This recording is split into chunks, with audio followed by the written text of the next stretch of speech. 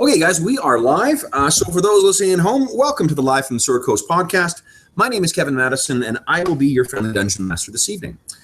Tonight, we are continuing on with our ongoing Star Wars campaign, playing the trilogy of Fantasy Flight games, Star Wars games, Edge of the Empire, Force and Destiny, and Age of Rebellion.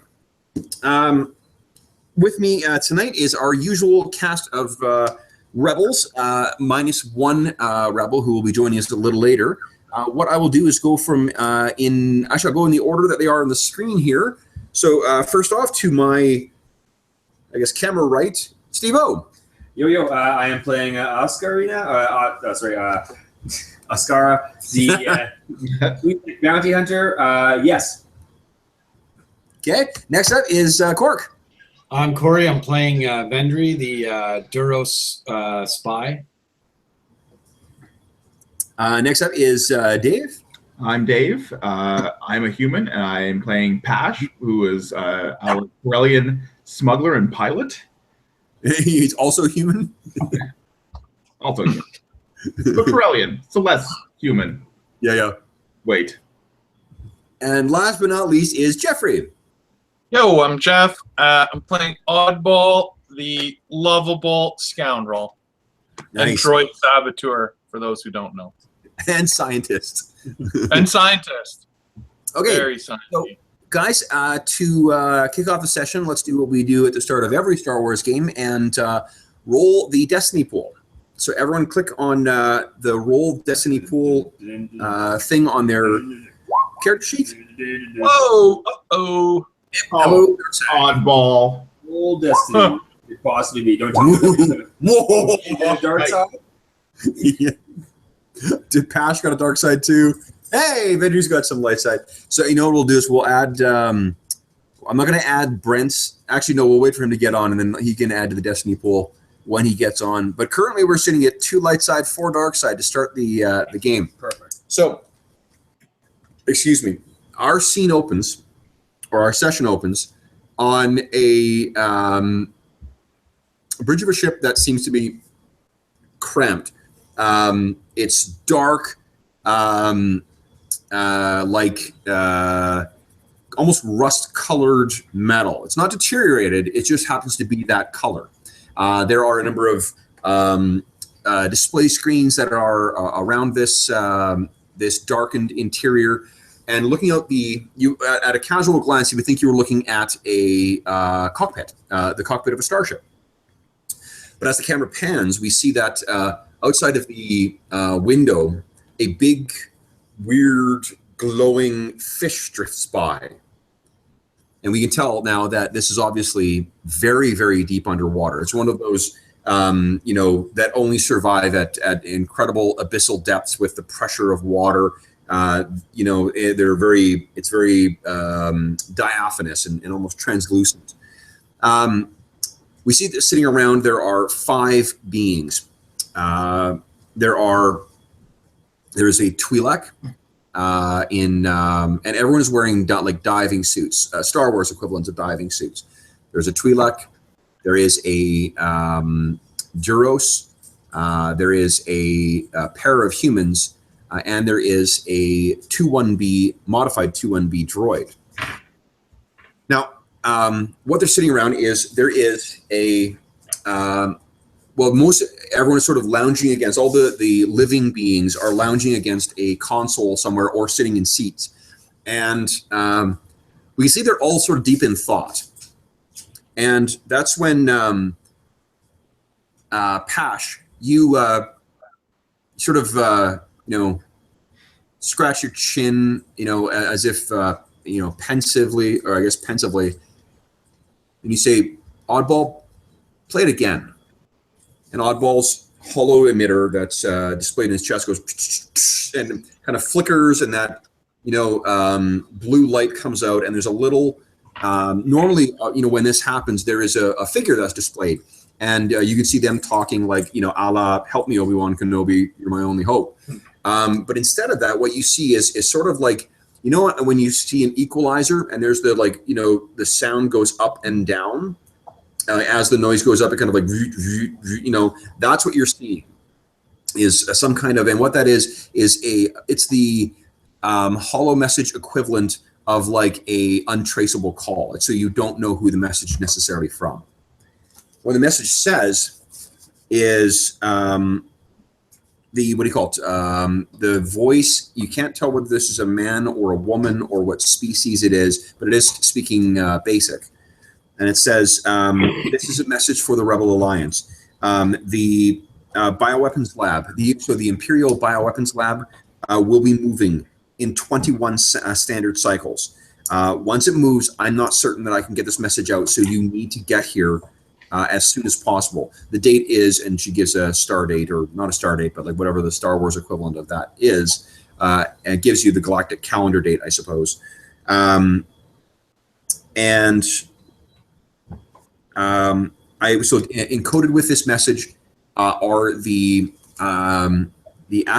current astrogation directions. The coordinates will need to be updated according to whenever the jump is made. We are currently in the Fendex system, hidden in the debris ring around the 4th planet. When you jump in, be certain to jump. The ship is kept on the far side of the planet. When you jump in, jump on the side closest to the star. Once you jump in, transmit on the transmit static on the comm channel that is encoded with this signal. After that, you will need to draw the ties out and engage them. You need to inflict enough casualties on the ties to draw the base itself, which is an older model Star Destroyer. Once the Star Destroyer leaves the field, I will eject in an escape pod. Then you need to collect that, and I will have sabotaged the Star Destroyer. This is our only opportunity to do this. They have already. The assets I have identified here go beyond the Blue Shadow virus. There are Imperial assets that are already in play, and we need to have Rebel scientists looking at this as soon as possible to counter this.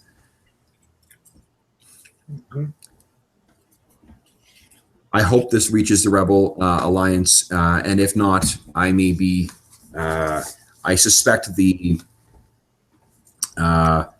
head scientist has his suspicions about me, but if this reaches you, then please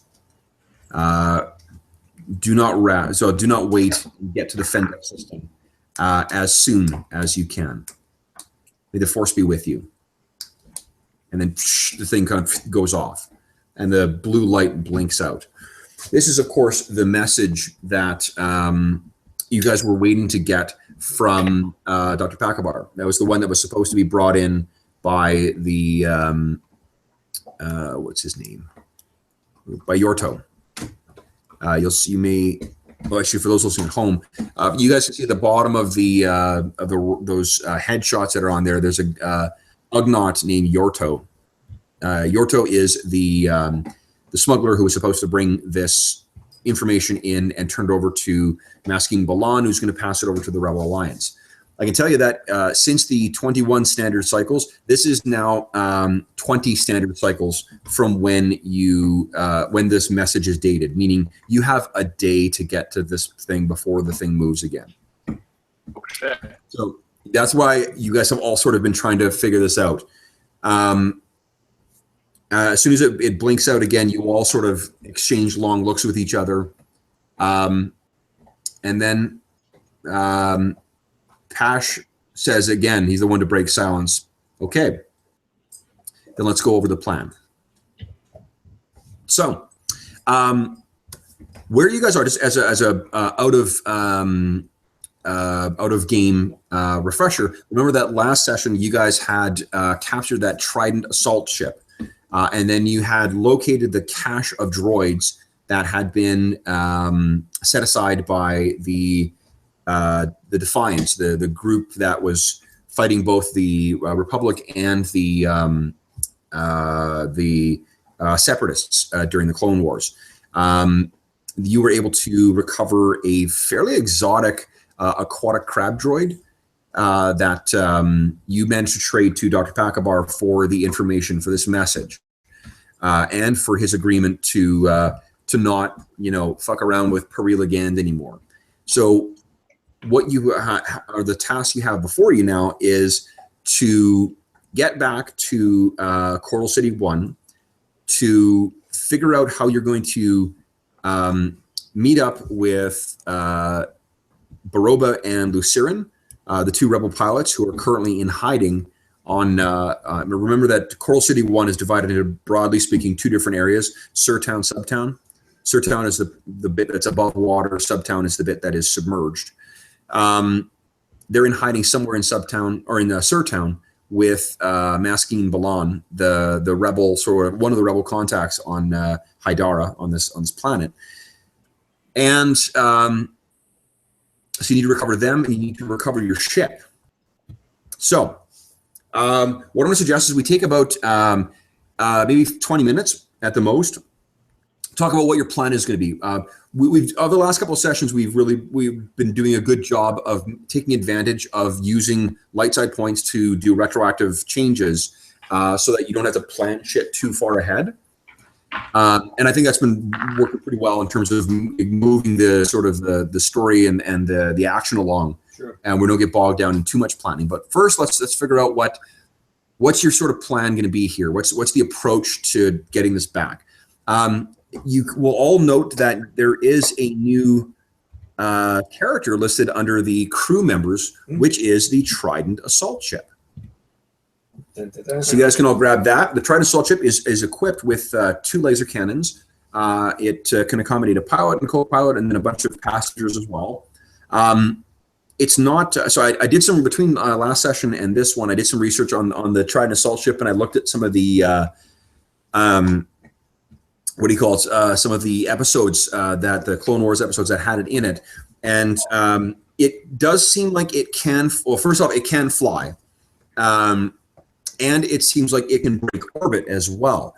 It does not seem like it's got a hyperdrive though, so it's something that can get into orbit, and then it can, it can leave a planet and fly between planets, but it can't travel at hyperspeed.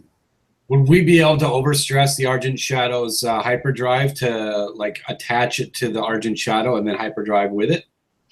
I don't think so. I think the size of this thing is comparable to like it's bigger than an ATTE. It's comparable to like an ATA. It's close in size. We checked the dimensions of it in the last session, and it's like this, almost the same size as the Argent Shadow itself. Okay. Yeah, so it's a quite, because of those really long tentacles.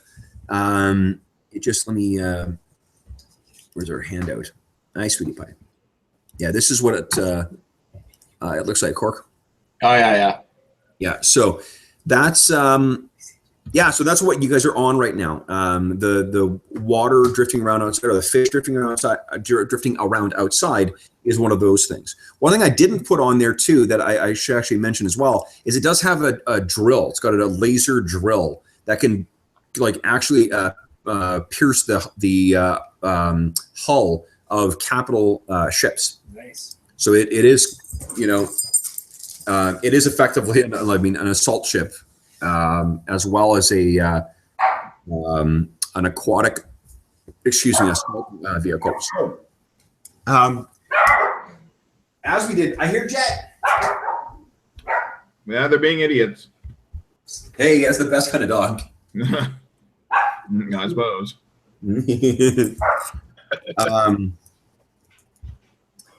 All right, let's see here. What I was going to suggest is we take a similar approach to what we did on the one shot we did with of Get Kurger, where you guys have the because what you're doing right now is you're trying to figure out.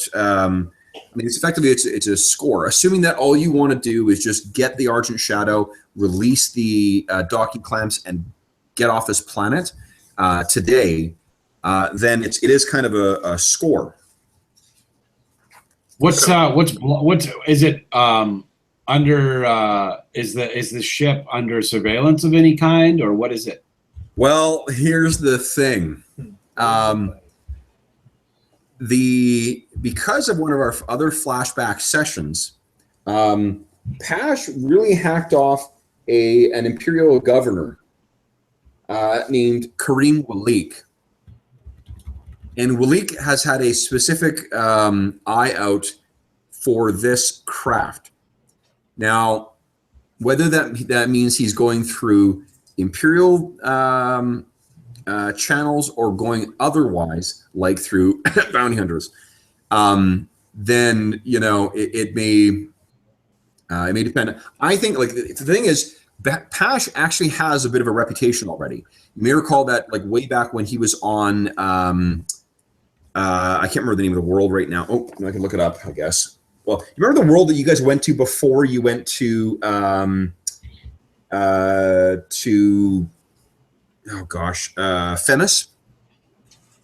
The one where Victor Hella was?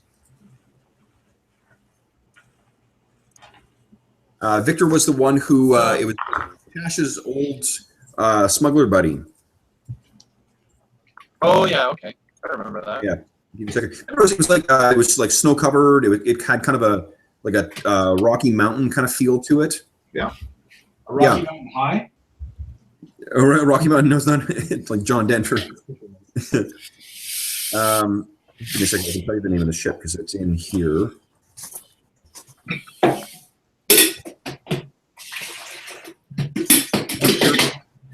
It's not Nubia. It's an unfortunately named planet. Corphi, that's what it was. Corphi. Yeah. So when you were on Corphi, because Pash had done that amazing, getting all the smugglers together to do that crazy Smoking the Bandit moment with you guys attacking the other people. You guys got, so that Pash got a reputation for that. So Pash gets a blue dice to certain kinds of social roles because he's just got a reputation that sort of precedes him. Although people may start confusing that with Captain Vendry now, thanks to Vendry's. Yeah. So I'm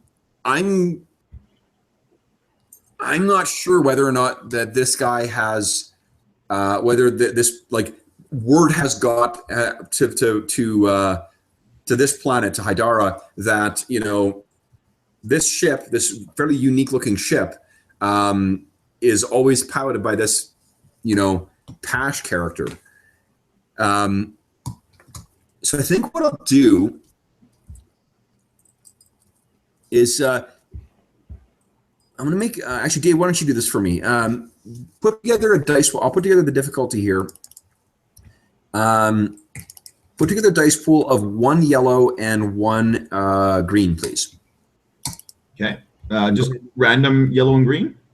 Yeah, just use your dice pool, and then remember to clear it afterwards. Okay. Yeah, and then just go ahead and make that roll. Let's just see if a word has gotten here. No, it hasn't. Interesting. Okay. So what I was doing is just, 1 green as well. Yeah, I thought I clicked on. It didn't seem to. Do you have your upgrade ticked by any chance? No, they're all at 0. Well, maybe my fuck up ones I can hear. Upgrade, downgrade. No, it shouldn't be. Okay. Let's go ahead and click up on a green, and then just roll that maybe. See what happens. Green is blank. Okay, cool. So yeah, so word has not reached here. What I did there, Dave, is I took basically 50-50 chance. So 2 blues or 2 greens, 2 purples, and then I added 1 yellow. I upgraded one of those to a yellow because of your rank 1 reputation. Okay. Okay. So your So right now, what's happened is there is there are stormtroopers all over all over Surtown. There are TIE fighters in the air, and there's apparently not a full size Star Destroyer, but like a in training Star Destroyer, an Imperial ship at least that has is interdicting this this place. So, in terms of the approach, guys, here's the kind of this is what we did before. And for those listening at home, I am stealing these ideas from this really terrific new game that came out this year, finally, by John Harper called Blades in the Dark. Now, here's the approaches that you guys I would suggest. You could do an assault, just blast your way in and try and try and capture, blast through, get to the ship, and then just blast your way out. You could use deception. You could trick or manipulate people to gain access. You could use stealth. Just get in without them ever seeing you and then try and slip the ship out somehow. You can use social, negotiate, bargain, or persuade. And the other two ones that they got here, I don't think really apply. So social, stealth, deception, or assault. That's sort of a broad approaches. I'll let you guys discuss. I'm getting some ideas kind of creeping in here. Nice. What if we were able to sabotage a bunch of buildings or ships or both in the area and like make an explosion and then draw the guards away from our ship, and then we can sneak in that way. I mean, we could always see. We do have a saboteur droid. Yeah, I mean, we can see if it works. I don't know that it'll clear the entire ship, but it may reduce the number of guards holding onto it. Actually, Oddball, Oddball, are you able to detect signs of life on the ship? Like, do a count of number of life forms? Like maybe if we could connect to our ship's sensors, yeah. Mm-hmm. Can you hack it? I mean, can I hack our ship? Yeah, For sure. because I think if we get an idea of the number of them, I mean, Pash is all for blowing up shit randomly, but it may give us a sense of how many are left after we do that, and how many we have got to take on. Because if we blow them up and nobody leaves, then we still have to contend with them. Right.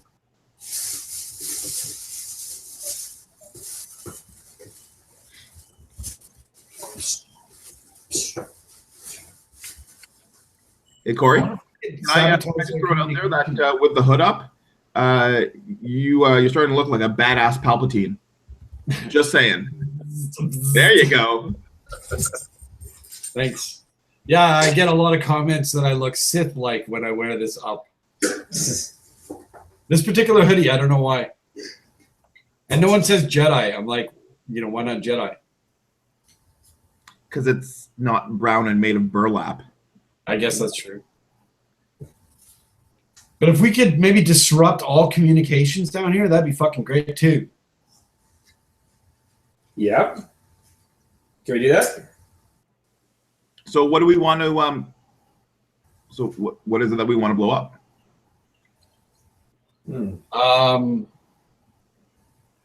Well, that was just an idea. I'm not sure we want to stick with that. Oh. What do you guys think? Sure. I like distractions. I just don't like negotiating with the Empire. It makes you feel dirty. Fair enough. Guys, we have one important thing to do first. We already rolled our dice pool. No, I'm aware of that, but we need to sing Happy Birthday Ah, to you. stop. Happy birthday to you. Happy birthday, dear Steve-O. Happy birthday to you. Very, very nice. There you go. Look at that. Happy birthday, Wow. Steve. I'm What kind of quite- cake is that? Is that a panda? I don't know what the hell it's supposed to be. I didn't bake it, but it's chocolate cake. That's why you need to get a second bowl of chili. Is 'cause Thank you very you much. need to have room Really for it. very smart. There we go. I'm gonna cut. While you guys keep planning, I'm gonna cut Yeah. some cake for us here. All right, perfect. Happy birthday, buddy. Thanks, man. Yes. How old are we now? We are now 42. Nice, dude. Nice. Yeah, well, it says of tomorrow, but or tonight, whatever. You look pretty youthful for 42. Thank you. I'll take that. Yes. No, I feel pretty youthful, apart from the fact that everything I do makes me grown with my body these days. But Yeah. Well, 42 is the new 22, eh? I'm just saying. right. Yeah. And 22 is the new 12. Ain't that the truth? That really kind of punches us into like some really illegal shit then. I didn't mean it in any way like that. Nah. Yeah, but there's only one way you can take that. Say 12 is nice you. I meant maturity level. Yeah, like I definitely think we want to like, essentially steal our own ship back. I don't think we want to negotiate or do anything like that. Okay. So a distraction and then take it by force. I mean, sure. Sure. We've got disguises we can use. I mean, we pretty could good. try and trick them off the ship. Well, you know what? I have no problem with Corey's plan where we blow some shit up, and if it gets rid of some of them and improves our odds, why not? Yeah, it's sort of been our Or maybe something like this. If we sneak into a communications tower, we can jerry rig a false radar hit of like rebel ships coming into orbit. And then a bunch of TIE fighters all fly away, and we have a clear exit. goodness. It's a lot of cake. Like hack their system and make them think that they're under attack. Well, that's reminding me of Red Storm Rising, where they used rigged missiles to sort of mimic plane signatures to distract the fleet or whatever. Sure. I mean, I'm all for it. These all sound like rolls for oddballs, so. Okay. So do we have a plan in mind then, or? Well, which one do you guys like better? Do you want to try and, or do you want to do both? Blow some stuff up to make them think that it's they're under attack, and their communicate or sabotage their communications so that they think that they're. Yeah, that'd be great. I think we should do both. Pash is down for blowing shit up just because he's got this great new ship. Right, designed for that. Mm-hmm. Yeah, make them panic. Make them think. Oh, right. You could use the new ship to create the damage. While we're oddball and whoever. Well, this ship doesn't have hyperspace, so I don't think we're gonna need it after today. Yeah, as awesome as it is, it'll be in this solar system or whatever. Yeah, it's true. We can use it to bore into anything we need to bore into. You want to go that way? But, okay, so gonna create an assault with the ship, and Oddball and Who are going to break into this communications thing and send them false information. Okay. So the way I'm seeing sort of the challenges to get past is first, breaching the initial security for Surtown. And then once you get past that initial security, then it's breaching the security of whatever your specific location is. So how are you intending on getting, I guess, like where are the guys who are going to hack or slice the, go on, sweetie, go on. Don't stay there. Go on.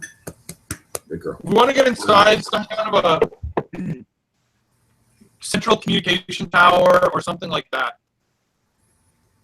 Good. Okay. So it's probably one of those near the spaceport then, because that would probably be the place that would be doing most of the off planet contacts. Is it above water or beneath water, this facility? Above. It's in Surtown.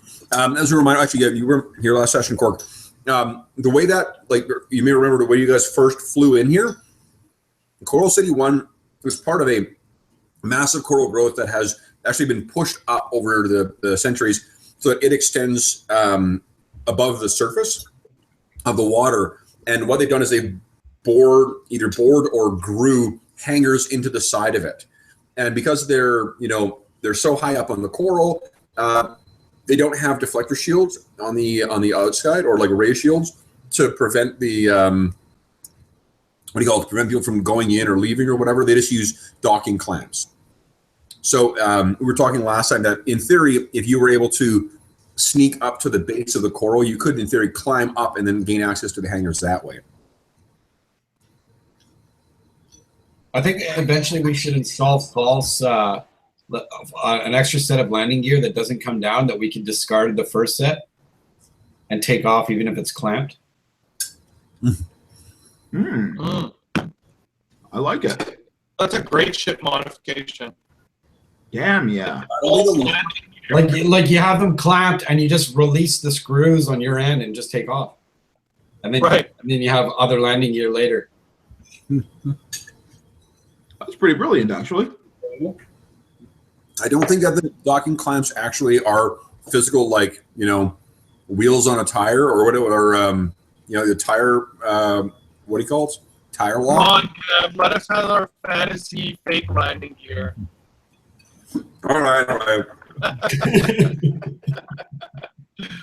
Call me a Fun pushover. idea. It's a fun idea. Okay, but beyond that, so we need to get into town. So we got to get our tank into town. Or no, Kev said that the landing thing was right at the sea, right? Like we could climb this thing up the coral and into the landing area. Yeah, I mean, at the end of the day, we could always attack them with the trident. Yep. There Why are. not, right? Yeah. If we're gonna leave it. Jeff, would you make a? Let me see the difficulty here. Make a knowledge warfare check for me, will you? I just want to see if you want to let that sit for a minute. Just put it on top so she doesn't get. She seems to be locked on. Thanks. That's That's an oddball. You're welcome. There's still another piece there for you too. Whatever you don't finish, you can bring home with you. all right. If you want to share, it's up to you if you want to share a piece with Zoe later. But Right. I think there's that's all non-natural stuff, so I'm not sure that's gonna be her bag. What your teeth? Yeah, sure. Actually, thanks. You said Wow. Oddball knows a lot about warfare. okay. That's all What I was is thinking warfare. Jeff, is I was going to compare the stats of the Trident assault ship to the yeah. Thank you very much, Steve. That to a TIE fighter, because that's sort of what you have heard is when Masking was saying that there was Imperial what do you call it? Imperial 8 forces there. Let me see here. What oddball thinks what a fight between them would be like. Yeah. So actually, you could, and I think the way that it's displayed too is like you can display like hollow, like hollow sort of like schematics of the vehicles. They're sort of like rotating in space, like a 3D model. And you say that let's see here and then there's like the Star Wars equivalent of like spreadsheets that Oddball's made himself, where he like types in different vehicles and it's like comparing them and yeah. spitting out these graphs that he's prepared. So broadly speaking, the TIE fighters are much faster. They are comparably armed with laser cannons, but they are much more fragile. But they are much more numerous. Right. Yeah, but the trident has arms. Really tough fight. And the Trident has arms and a big drill. So long as you can actually catch the TIE fighters, and you'll be fine. The good thing is if the Trident is underwater, it effectively has that that upgrade that reduces the range of sensors by 1. So there is that as a benefit. But it would be able to hold its own for, in the same way that, like, say, the ATTE held its own against those gunship droids. Right. Although the gunship droids, you may recall, were with concussion missiles. TIE fighters are not. Well, I mean, we could always use the Trident to, to draw off the TIE fighters and give them hell. And then, I mean, worst case scenario, that becomes our distraction. Actually, and you guys could combine those things. I think I heard you say that while I was getting the cake ready, but Yeah, let's combine them. Right, like Okay. combine the 2 plans. Does that mean 2 teams or what? Yeah, I think so. Okay, Okay. I'll go with oddball. Okay. so you guys are slicing and blowing up shit. Yeah. Okay. So that gets the one of the objectives, which is to access the Argent Shadow and to get it released. How are you going to handle getting Lucerne and Baroba back with through all those stormtroopers? Well, are they actually captured? They're not, but Maskeen has them hiding. Like, the stormtroopers are doing a pretty thorough job of, like, this is the the scene on in Mos Eisley where they're searching every fucking house. Like bang bang. Right. Do we know where they are? You don't. Oh, I will, for Brent's sake, mention that in the last session, he put points into influence, so he can do the Jedi mind trick now.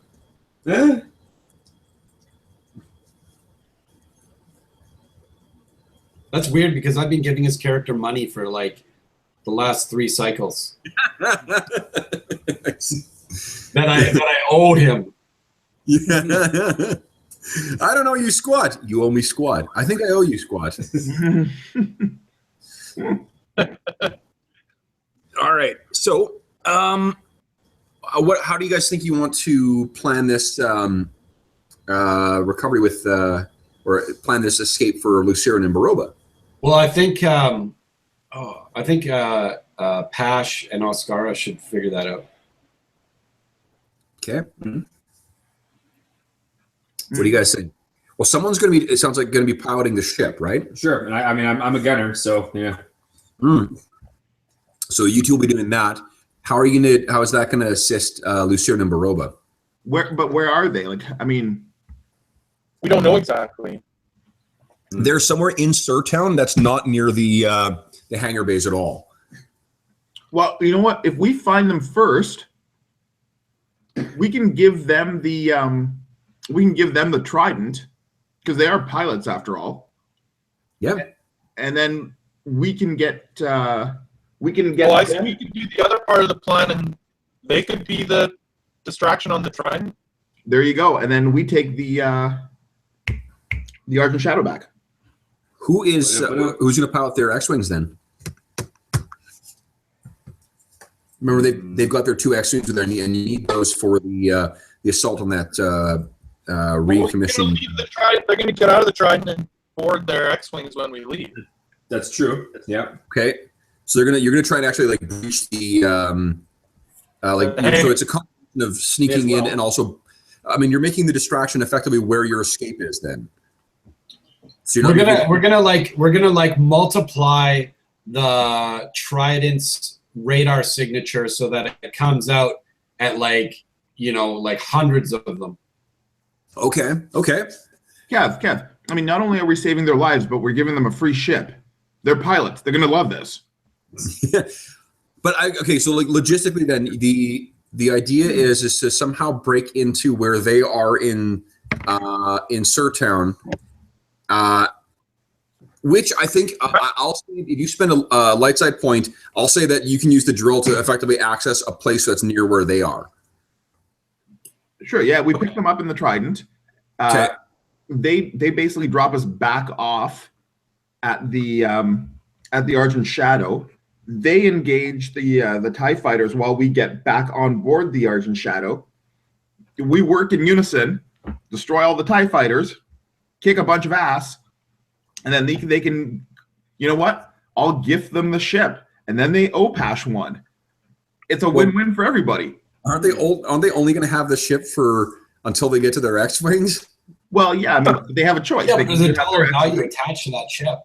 Door number 1 or door number 2? Okay, so I've got this clear in my head because I'll break up the scenes afterwards. It's going to be drilling into Surtown, into the Coral at some point to breach in and get those two guys on board.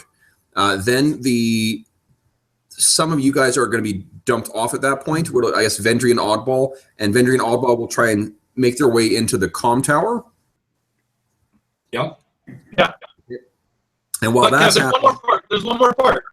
We want to set up some explosives in one or two locations to, when we simulate the attack with the communication tower, to blow off some of these explosives to make it seem like the attack is actually happening. do you have any explosives left? No, I guess we might have to get some then. Or we blow something up that is easy to blow up, like blowing up a gas station or a.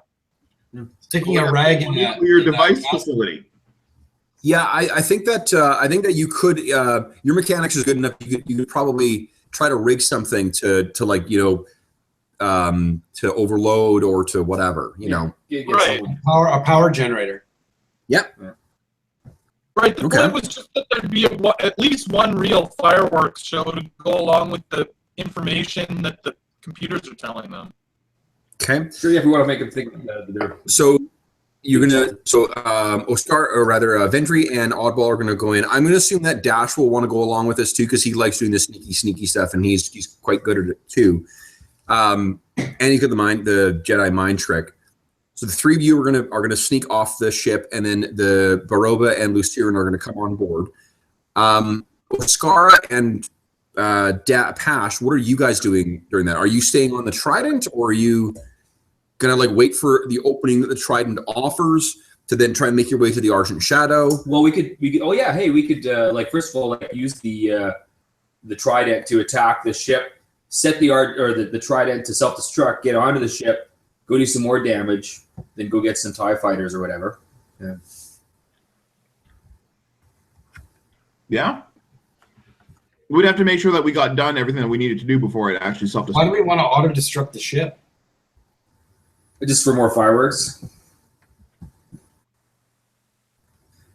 You You're trying to make it panic, right? Think they're under attack. Pash is not okay with destroying the ship. Okay. Leaning up against It would this wound him deeply. Then to kill this, didn't you give it a name already too? Did I? I think you did last session. Yeah, I think you might. Okay, so when Baroba and Luciran come on board, then am I right in thinking that Oscara and Pash are getting off of this thing? Well, basically, after we pick up Luciran and Baroba, yeah, we're heading back to. I'm going to drop Vendry and Oddball off. Could we spend a light side point to make this happen at midnight?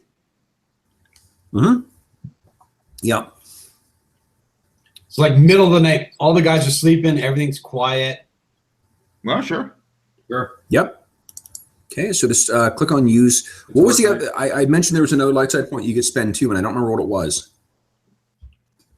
This is how fucking awesome my memory is now, is I've forgotten something that was 10 minutes ago. Was it the explosives? No. No. No, I remember. I don't remember what it was. So Okay, benefit- I use my light side point. Sweet. Okay, so it's midnight.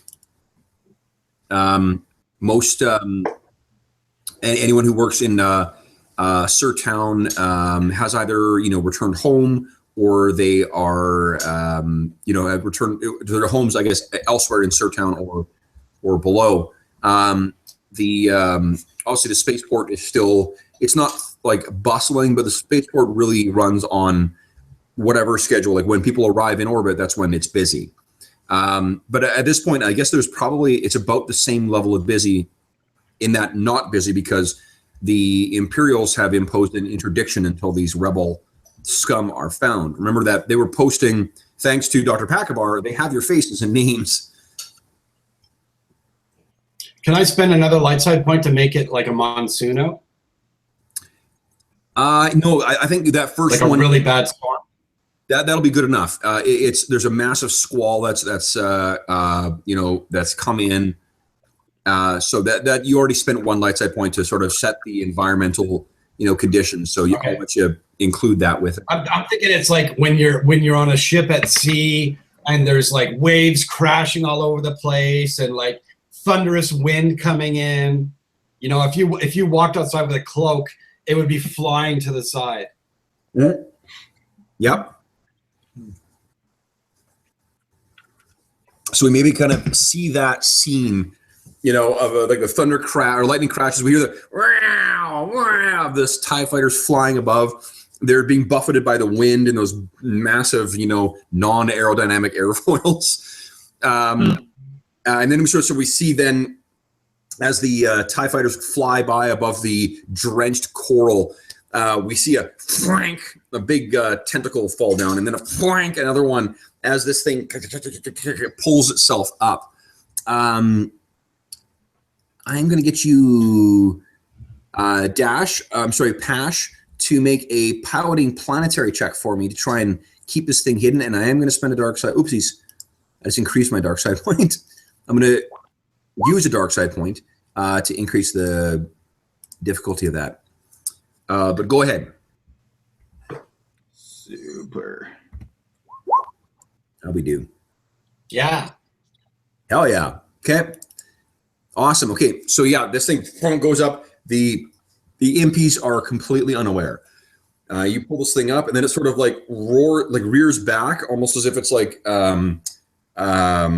lining up, and then the little laser drill is activated, and it's burrowing through into the coral, and then that spear point kind of follows through behind, and then opens up into an interior corridor. We kind of cut inside the corridor, and that there are three figures that are waiting there. Lucerne and Baroga, who are sort of, covering their faces from all the dust and stuff that's coming through.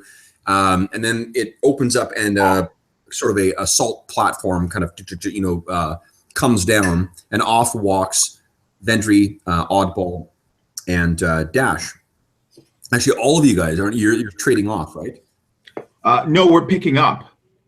Okay. Okay, so you're picking them up, and then, but I thought this is where you're dropping off Vendry and Oddball and Dash. It could be. Yeah, I mean that's possible, but we're still taking them back with us. To where?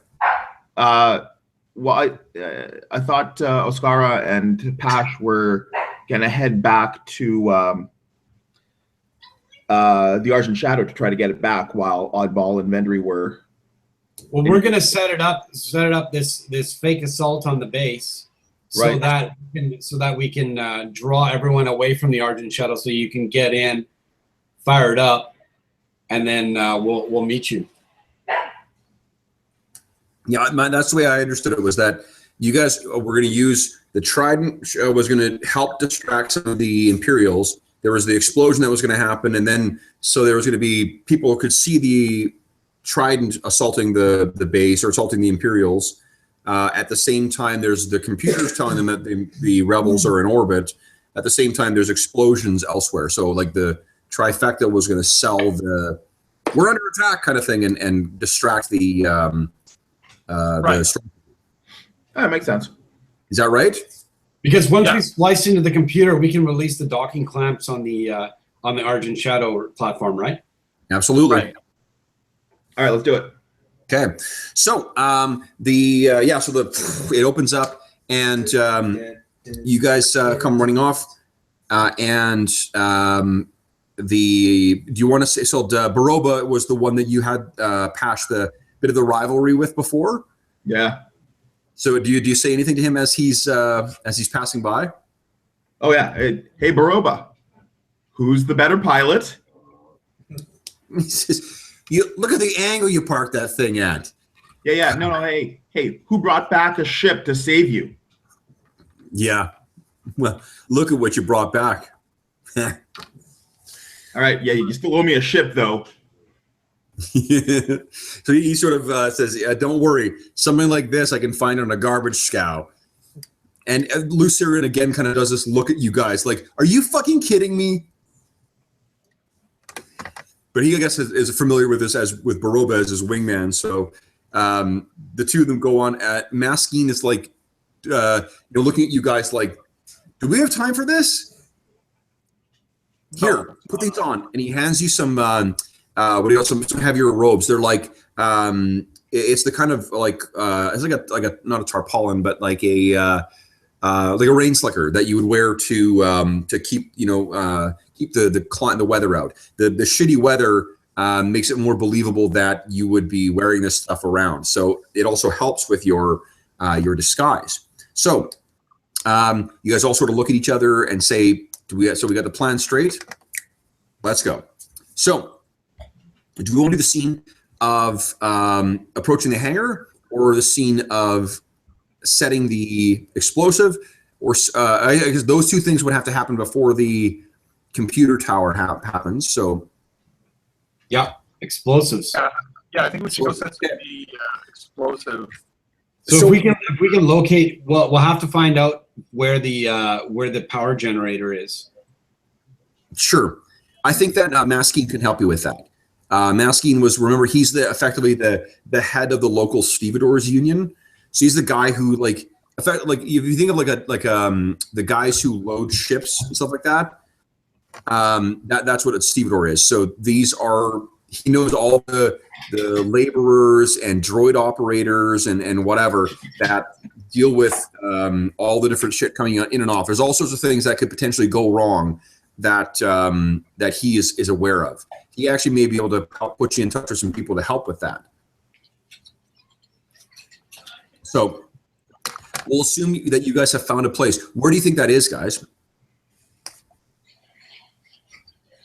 Maybe a known fuel station or something like that for the Empire. There's a hangar bay, I'll say, where like one or two hangar bays where the Imperial assault craft have landed, and that's where they kept disgorging all the stormtroopers. So okay, great. So what I'm going to do is I'm going to need some stealth rolls from you guys, because there is a let me set some difficulties here. I'm going to clear that. Okay, now I think it's going to be a little tricky, and there's going to be some blacks in there, just because they're, actually I'll do this. There we go. Okay, now, because I'm going to be playing on something that I like about the Conan game, who's got the best stealth rating? Because what should happen is the person with the best stealth should make the roll first, with the hope that they'll feed blues to the next person who rolls. I've got 3 yellow. Yep, that wins. Okay, Steve, you're not going with them in this scene, are you? No. Okay, so you don't need to worry about story. Stealth is 2 yellows and a green. 4 greens. Or greens, okay. Because of the rain slickers, I'm going to give everyone a blue. I'll add that to the dice pool for this roll, because it's a little bit of extra, costuming that might help you. So of Vendry and Oddball, do you want to let Pash roll for this as well? Or I'm sorry, Dash? Yeah. Okay, so clear his dice pool here. because his stealth is actually quite good. His stealth is is 3 greens. Three yellows plus 2 blue plus 1 advantage. Wow. Yeah, so maybe let's. Can I roll for him? Yep, absolutely. Cork, you should have access for his character sheet. Oh my god! Oh shit! Okay. You ate a lot of chili for dinner. You just can't hold it in. So, well, here's the thing: is Cork, I'm going to get you to roll just one yellow, too, because there should be 1 yellow in there as well. For Dash? Especially not 1 yellow, 1 green, because he's got 1 upgrade. A green and 2 blues. That's what he should also have in that dice pool. So how do I do that up here on dice pool? Just add 1 green and 2 blues, That's right. Yep. and then we're 1 green. So the green is an advantage. You got 1 hit. Okay. So you did roll a success and a bunch of. Okay, so you rolled a success. So you did succeed at the blue, and there's a bunch of advantage. So he can feed 1 blue to each of the other guys, but he also rolled a despair. So let me think about that. maybe he's been seen and he runs off in a different direction. Well, no, because he succeeded. So you did manage to get through with that extra hit on the blue dice. You did manage to net a success on this, so you did succeed. It's just that it's Yes, conflict. just that there's something really shitty that comes from this as well.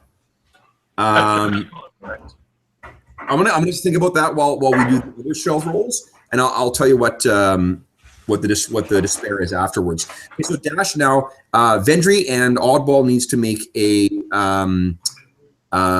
stealth checks, and can you please add 1 blue to each of your dice pools as well? Vendry, you might actually get some blues from one of your talents as well. Mine says 2 blue on my plus 2 blue. Okay, so add 3 blue to your dice pool. 3 blue extra? Yep, 3 blue extra, and then click on your skill, and that should roll all that together. Whoa! Oddball. Holy shoot. Wow. Okay. And Vendry is a triumph as well. Holy shit. Well played. Okay, so here's what I'm saying. Because you guys rolled 2 triumphs and 1 despair, something really fucking horrible is about to happen, and then you guys prevent it and turn it into something really good. So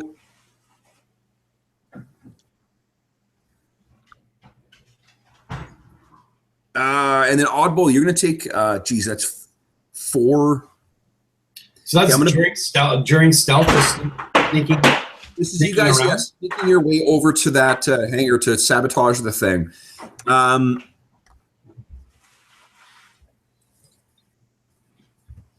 So here's what I think happens is you guys are sneaking your way down through Surtown, right? And you're following the directions, and there's you can the one thing that stormtroopers are not is subtle. So you hear the frack, frack, frack, the rank and file marching of them along the corridors. So you're able to quickly duck in, or bring your cloaks down low and pass them without notice. And then your what do you call it? Dash is about to we're almost here. Come on, and he's about to run in, and what he does, Vendry and Oddball, the 2 of you sort of wait, no, and you grab him and pull him into this side, there's a little, what do you call it? A little kind of office near this hangar bay. And you pull him in there and you see that there's about 3 squads of stormtroopers that were just being unloaded from this craft. You just didn't see them. So the 2 of you sort of look at each other and you sort of hit, Dash. And up to this point, Dash has been incredibly stealthy, like melding from one shadow to the next and helping you guys along. But you get here, so you're sort of in this office, and you can see all these stormtroopers unloading into the hangar bay, and you're sort of like, what are we going to do now? And then they all sort of form up, and then sure enough, start marching out. While this is going on, Vendry, you're always sort of keeping an eye out for, well, actually, you guys tell me, is this Vendry or Oddball who would do this? The person who would be sort of like poking around about what else is in the room, even though there's a clear and present. Definitely Vendry. Okay. So, Oddball, you're sort of like, you've got your eye out the door. The office is dark right now. You, what do you call it? You can see that there is the sort of access panel that you need to access to do whatever sabotaging thing you're going to do. Dash is sort of like, he can't believe that he nearly walked you guys into 3 squads of stormtroopers. But Vendry, you're sort of poking around and like, well, what else is in here? Nothing I can do right now. They're either going to come in here or they're not. You look around, you're like, ho. You pull it out. It's a Imperial. So Imperial comlinks are through the helmets and whatever else too, but they are routed through sort of a local transponder type thing. Guess what you just found? A transponder? You did. So can I set this up to broadcast a screeching tone through the helmets of every single stormtrooper that's active? This currently has the active comm channels for all of the. You're able to access all the different comm channels for all the stormtroopers that are and TIE fighters and whatnot that are here. It's sort of like a way of accessing everything. So you could do that. You could feed false data. You could whatever you want. This will. We're going to need a clear route into the communication tower, right? Yes. You can also. This will effectively give you a free upgrade on your attempt to sort of hack the computer system so that it will play into the to these Imperial comms as well. So like I'm just gonna say to Odd, check it out and show him the thing. Okay, and Odd, with that great roll from earlier, you know exactly what this thing is. Oh wow! What have you found? Oddball grabs it. Ties into the signal. Dash turns around. Well, what is it? This, my friend, is an open comm. The Empire is currently using on this planet. So maybe even able to like as soon as you slice into this thing, you're able to start like transmitting, like you're a radio, right? Like there's Trooper 246 reporting in East Corridor, no move, and then it cuts over to some other trooper, and then it cuts over to the third one, and then you sort of shut off to feel that your point has been made. A big smile on his face. Nice. Such as it is in a 2-1B droid. Yeah. Maybe more of a twinkle in his eye. Okay. So it appears now that they have they've all marched out. You have your clear path over there. What are you gonna do? I guess we're gonna rig the explosion with some kind of a timer or a remote capability to set it off. Yeah. Okay. So let me set the difficulty for the. I guess the best thing would be with a remote. Well, we could set up, say, like an overload protocol, and then like it activates when someone powers up the generator. And then we wanted it at a very powered up. specific time. Okay. So everyone, first off, while I think of it, everyone clear their dice pools. So hit that little recycle symbol in there so that everything's clear. Then Jeff, would you go ahead and make a mechanics check for me, please? Let's roll, and then we'll interpret the dice roll. Oh. Oddball. How did that even happen? Yeah, what the what? Dun, dun, dun, dun. Okay, so I think think a lot of advantage instead of successes. yeah. So here, I think here's what happened is that, and I don't think this is going to be readily apparent to you. You didn't actually set the sort of thing that you wanted to set, but you're going to have advantage on like once you realize that's happened, you're going to have a advantage on that roll. Okay. Is Oddball the only one rolling mechanics, Kev? Yeah, because he's the only one who sort of went over there. I don't know if Dash has any points in mechanics, and Vendry, do you have anything in mechanics? I don't think so. I don't think so. Okay, yeah. So I don't think that anyone would notice that's what. So Oddball goes over and does his thing, and he's like, "It's ready." So it'll go when we want it to go.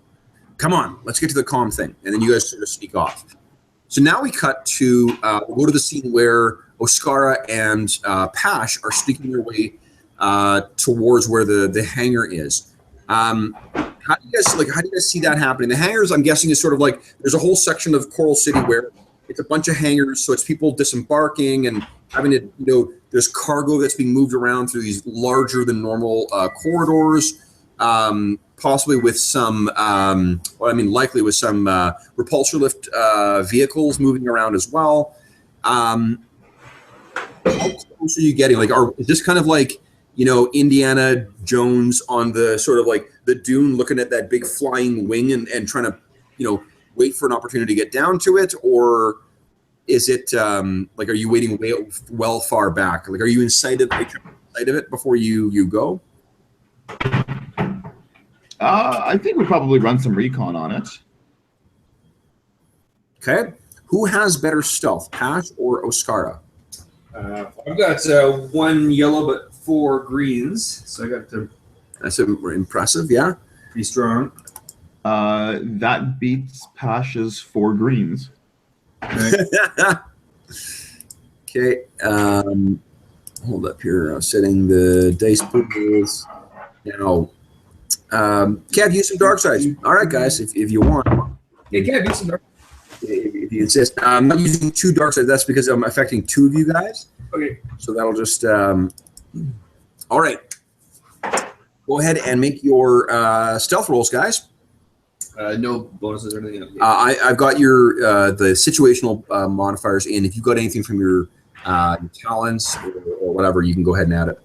So. Nice. Okay. What was that? That's a whole lot of nothing. All right.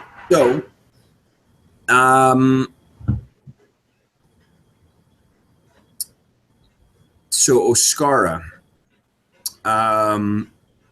for you, I think what happens is you were trying to run so by recon, you guys were, I'm guessing, trying to do this together, Right. and you get to sort of like near where the entrance really is, and you're making way along, and there's like there's like canisters of some kind of thing that's like you refuel ships or whatever. It's very much like we see in in the Star Wars movies, where there's a big hangar bay with lots of crates and things around. There's droids buzzing around. There's cargo lifts going by. You're trying to be as inconspicuous as you can. There's a ton of stormtroopers here, and you notice that there is a giant web blaster set up, like the big thing they set up in Empire Strikes Back. That's what's set up there already, with effectively like a turret with a bit of a secured place. Like, they clearly know that this is the ship that we need to protect, or the 3 ships, because there's the 2 X-wings and there's the Argent Shadow, and there's a small detachment of stormtroopers there with 1 Imperial naval officer that seems to be sort of in charge. I'll remind you guys too that R2-G12 is on the Argent Shadow right now. Right. And you have been in touch with him with your comlinks.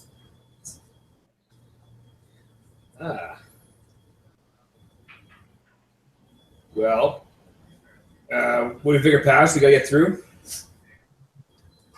Or dash? Oh, so what happens is right, the failure. So what happens is you see this sort of going on, and you're trying to keep a discrete distance from this. And oh, we lost Dave. Are you still there? Yeah. I'm sorry. You guys kind of froze for a second there. Oh, sorry. Yeah, your video is now black. I just see a still frame of you staring at the camera looking evil. Me or Dave? Dave. Oh, okay. Suitably appropriate. And Jeff, I don't think you're working either. Oh, no, you're fine. Jeff just succeeded in his stealth check. Yeah, he froze still. Okay, so what's going to happen is Oscara, you're making your way down, and then you very much like the others, you're sort of like so focused on that turret, like how the hell am I going to get past that? You're like that gun makes your blaster look like a pea shooter. Okay. Like it's no joke. And you sort of like scramble back, and you guys maybe start to go into. You see another detachment of stormtroopers making their way around, like around the sort of curve of the deck, and you're like, you sort of look around and you sort of duck into this like alcove thing, and you clark your head so you take 2 strain from it. Okay. And you're like, go, and you guys. Oh fuck! You know what? Now, is our strain or wounds reset from last time, or Nope. Okay. Oh shoot, my strain is like at 13 right now, Yeah. so that makes me unconscious. Does it really? Oh shit! Okay. Maybe you guys. maybe Vendry radios them at the time and says, "We've rigged the generator to overload, and we're about to go into the tower. Are you okay?" Okay, so just so we can see, everyone can. Can you guys all see each other's bars? Yep. Yeah. Okay, great. Oh. So that gives you an idea of where everyone's at right now. Oscara dives down underneath this thing and clarks his head and kind of passes out, and then the what do you call it? Pash, you sort of like look left, look right, and then you sort of look up, and there's a trio of or I guess 4 stormtroopers who walk around a corner, and they look at you. They're like, "Hey, what are you doing here?" I'm here on official business with the Okay. Empire. You're trying to deceive them? Well, evidently. Let me set the difficulty here.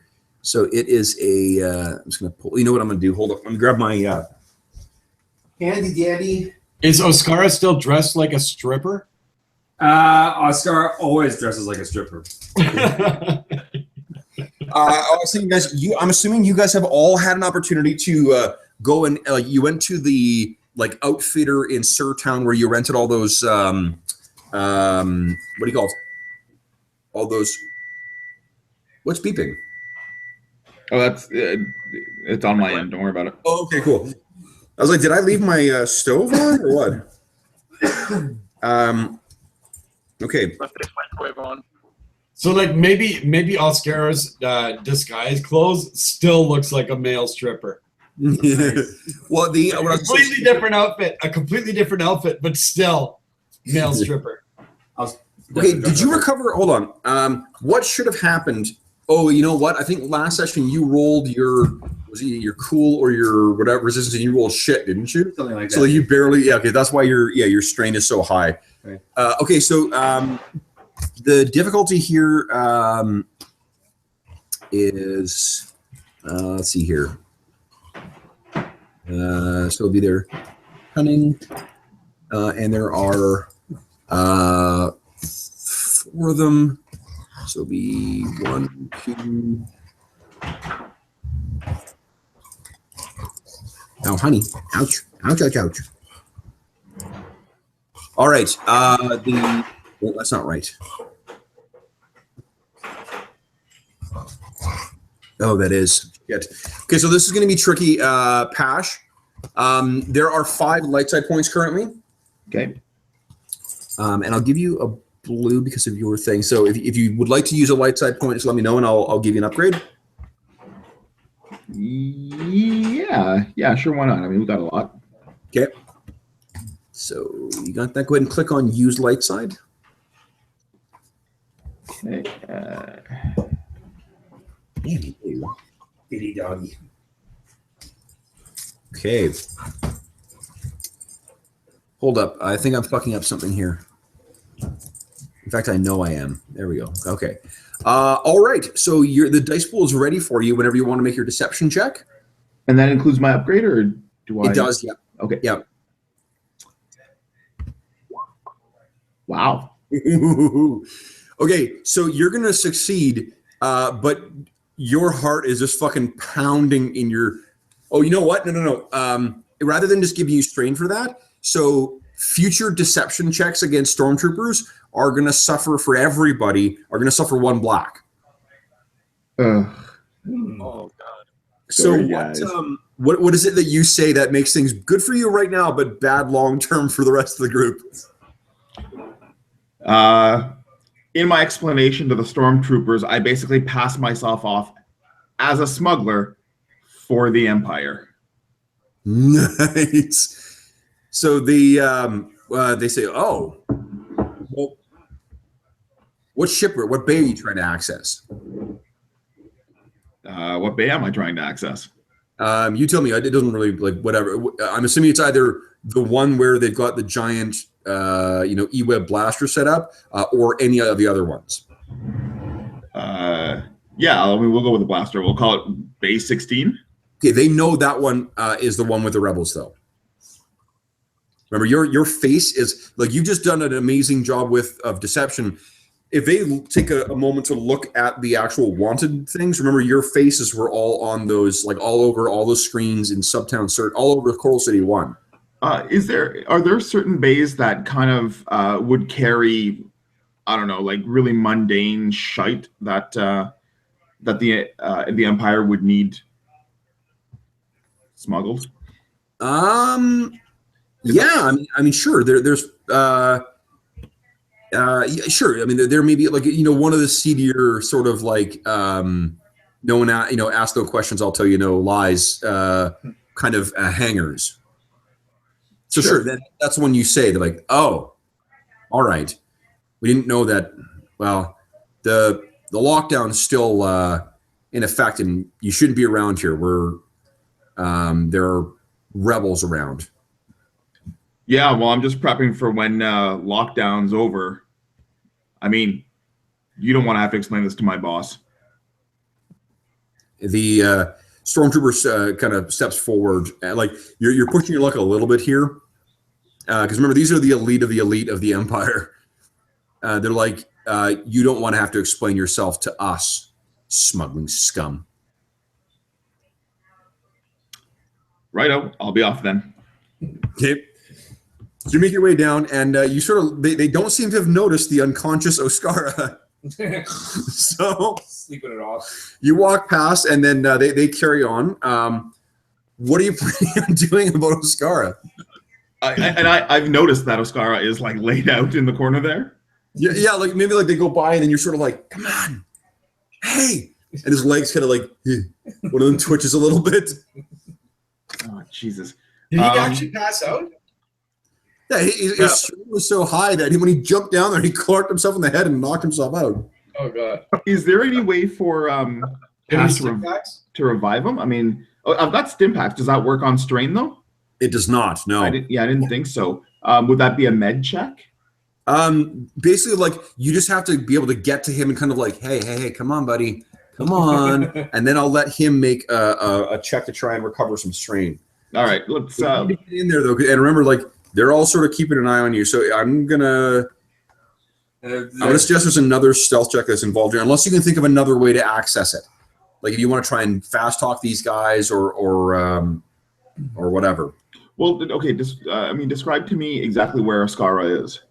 So Oscara has ducked down. There's probably like some, there's like piping and stuff on the inside of the coral. There's sort of like an alcove that maybe used to have some kind of machinery in it that was replaced at some point. So there's a little you know, it was something that he quickly spied out of his the corner of his eye. He dove down into it, but misjudged the size of it, and maybe missed there was a pipe on the inside of it that he, hit and then sort of collapsed in there. You know what? Pash is gonna. It's a hangar. He's gonna grab a repulsor lift and load a box onto it, possibly from the hangar that he's supposed to be in. And then you're gonna place the box in front of the alcove and say, "They got Vendry. There was nothing, or Oscara. There's nothing I could do." Well, yeah. He'll kind of use it as a legitimate reason to be there, so that he can kind of duck behind it and kind of minister to Oscara at that point. Okay, so these you upgrade now. I'm adding a black. Can you make another deception check for me, please? Let's see. Deception or stealth?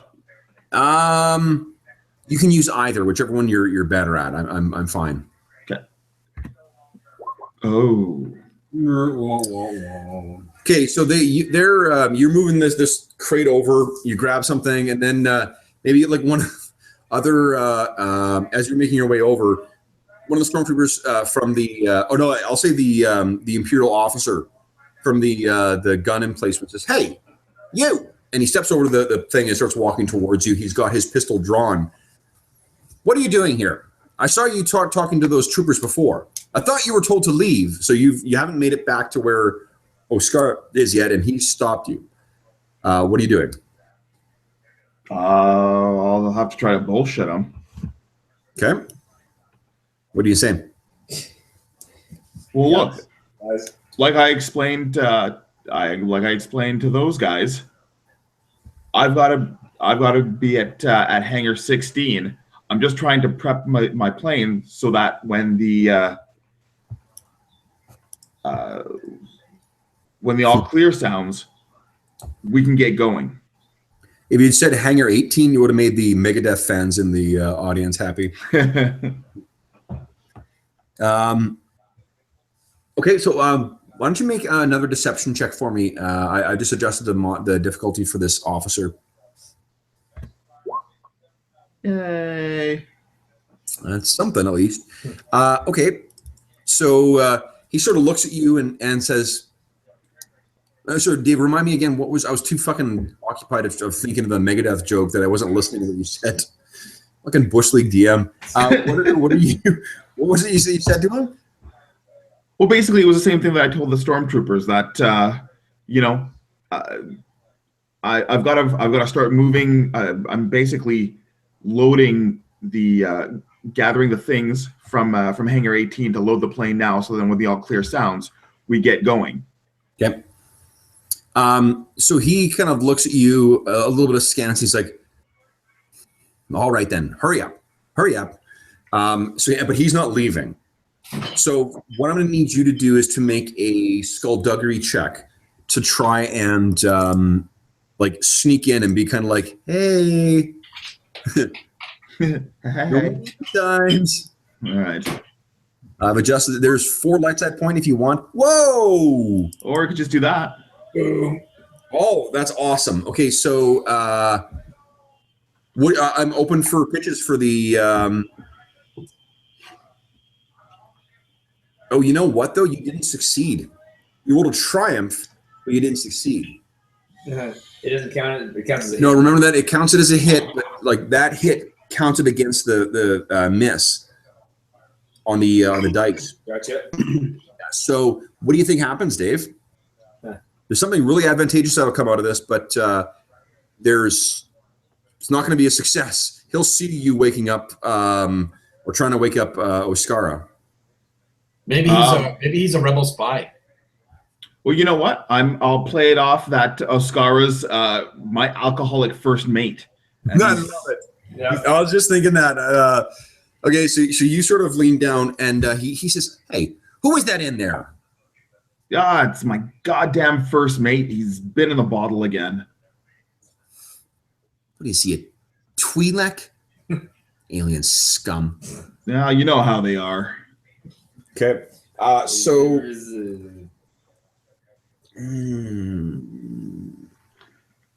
Sorry, I'm just trying to remember what. Let's check in the DM screen to see if. I don't know if I showed you guys this too. This is one of the DM screens. Yeah, nice. It's- Very sexy. Like we don't play in person, so there's very little reason for me to fucking hide behind a DM screen.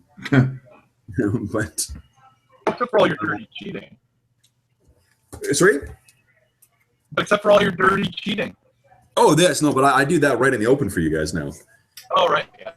Yeah, that's that is one request I would make. Like whoever made these amazing character sheets for Roll20 for the Fantasy Flight Star Wars games, they're like, to be honest, I mean, better than almost any other character sheet in that game.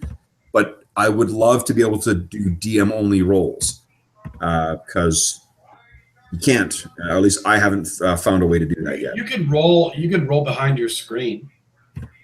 I can roll if I want to roll the actual dice. Yeah, just that. Yeah, that's what I'm saying. Okay, yeah. I mean, I don't know. I don't know if I need to do it behind the screen. My camera's not that all encompassing. I have one of those Blade Runner screens where you can like go around corners. Yeah. Okay, hold on. I'm just checking what the recovery is. I can't remember. I know one of them is. Oh, here we go.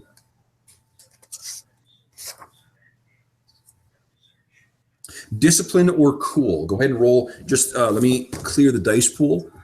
Okay, and I can roll either discipline or cool. Yeah, you can roll either discipline or cool. Each hit gives you one, or each success gives you one strain back. Nice. Okay, so you got 2 strain back. Alrighty.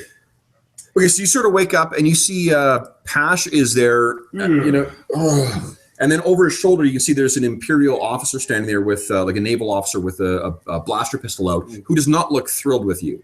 Ooh. Hello. Pash, do you say anything to sort of transition this? Yeah, basically, I'll start yelling at Ascara at being such an unreliable lush. I can't believe you did this again. And if you honestly think you're going to get in the cockpit of my plane to try to pilot it, you are sadly mistaken. Sew yourself up, you useless piece of crap. I can't believe I paid that many credits for you. Right. Sorry. The officer offers to dispose of the alien. Yeah, as much as I'd love that, he actually forms part of the cargo that I need to deliver. Well, hurry along then. Get him out of here. So, guys, get up and go. We're a little late with it now, but guys, why don't we take a 5-minute break? We'll do a bio break. If you need to get water or drinks or coffee or whatever, you can do that, and we'll be back in 5. Hey, Kev, I'm going to log out and log back in to see if I can reset my camera. Yeah, sounds good. Okay. Okay, so you go to the washroom. Oh, delicious. Thanks. That's what I needed.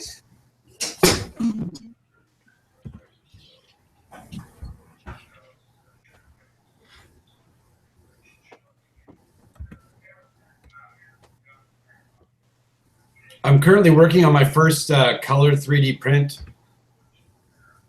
Really? How's it going? It's good. I just got to get it.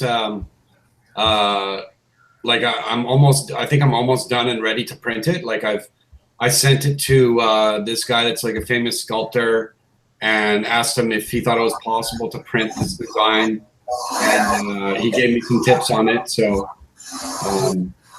We're getting some feedback I here. think it might go eventually or pretty soon.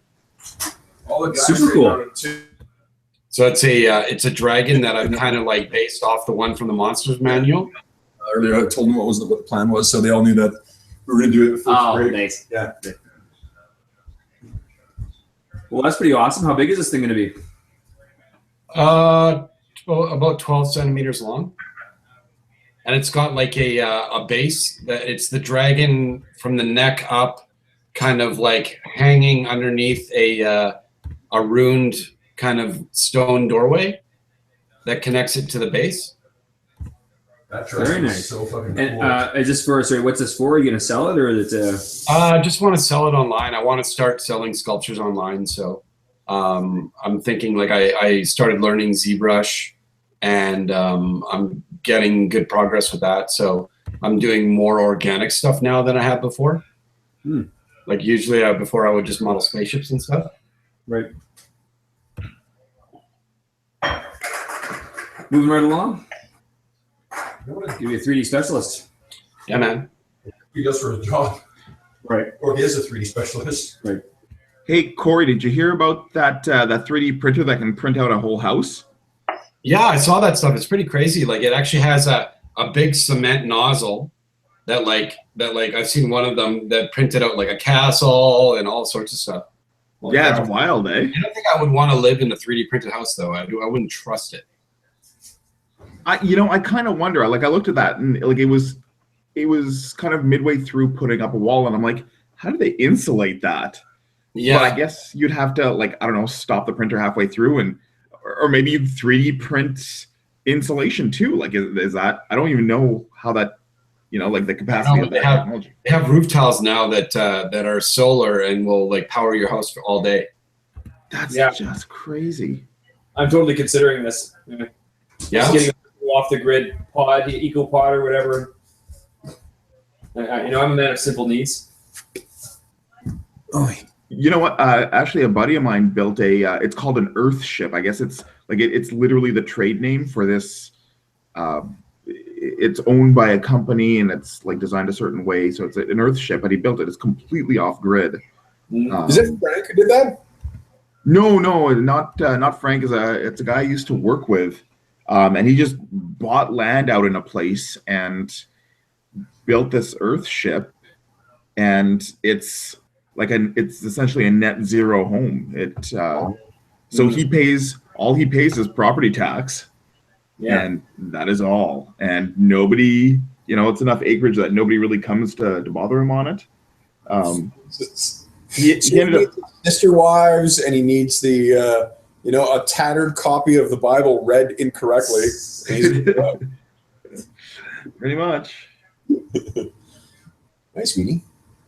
Oh, I think actually you guys, Dave, you may not have seen this yet, but so I'm getting my prints ready for the con. Okay. We swap over to the big screen. Oh, here. those look great, man. Thanks. Okay, so I'm just going to stop broadcasting here. So that's the 4 done so far. Let's see. Hold on here. Oh, nice. You Nice. did those? I did. Damn. They look great, man. Thanks. I'm going to have 11 in. I got 11 more to do between now and the Calgary Expo, but there's going to be 14 of them in total. And How long does it take to do one? it takes about 3 to 4 days, but that's like a lot of hours. So it's at least 2 hours a day usually, Okay. and then some of them will take a little longer. Like the detail in the Jessica Jones one is that took quite a while because I started with my stuff. I started writing down a detailed log of all the hours I spent on it yeah.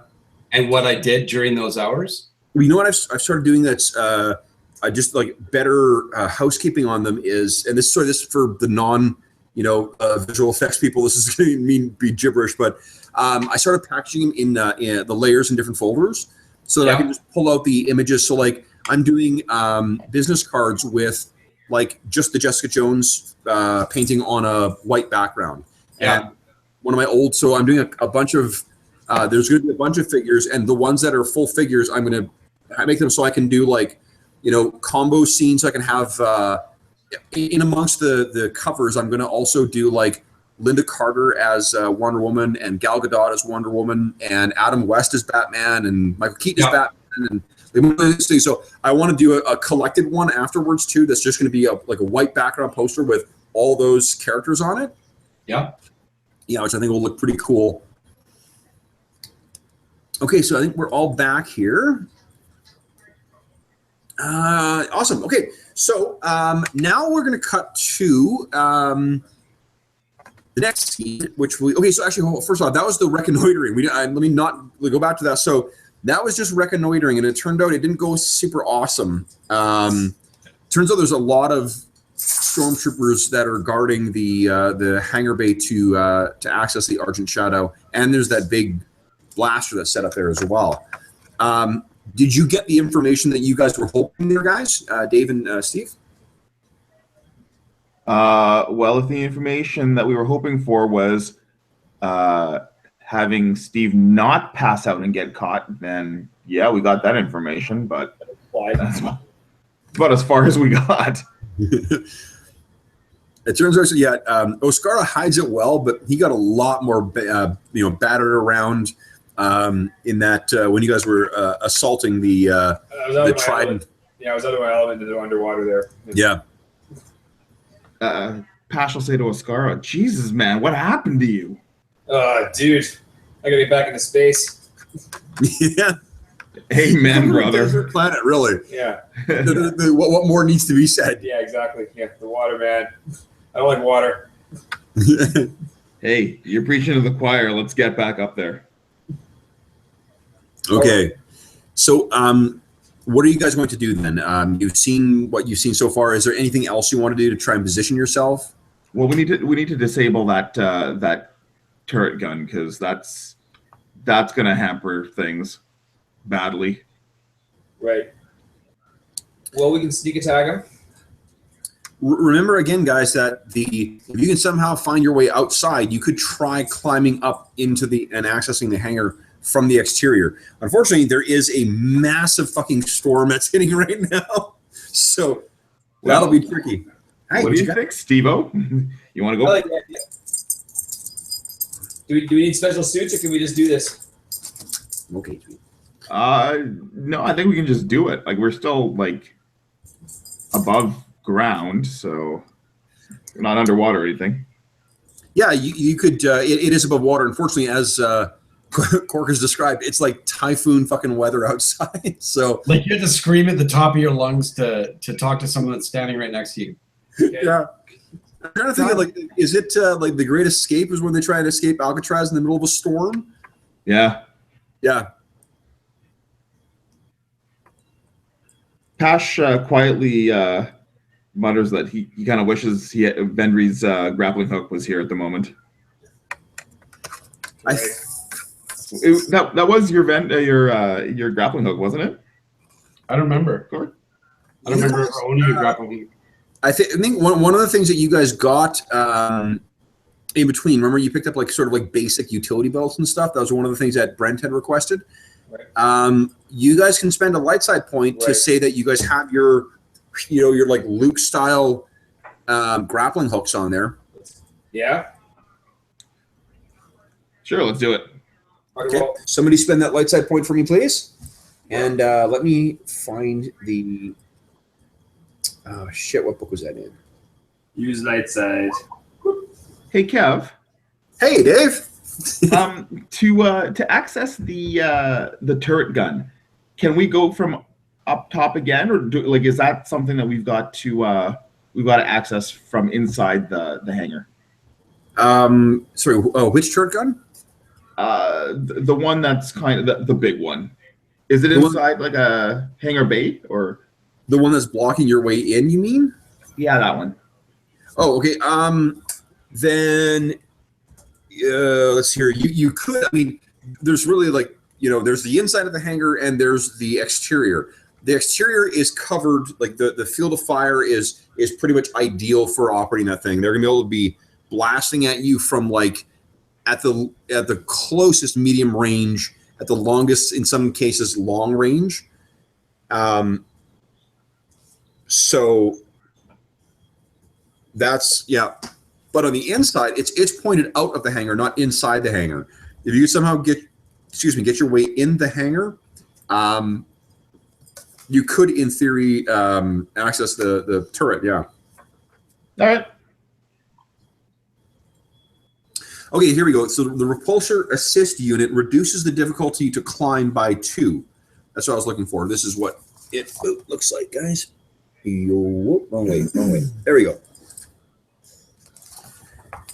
So,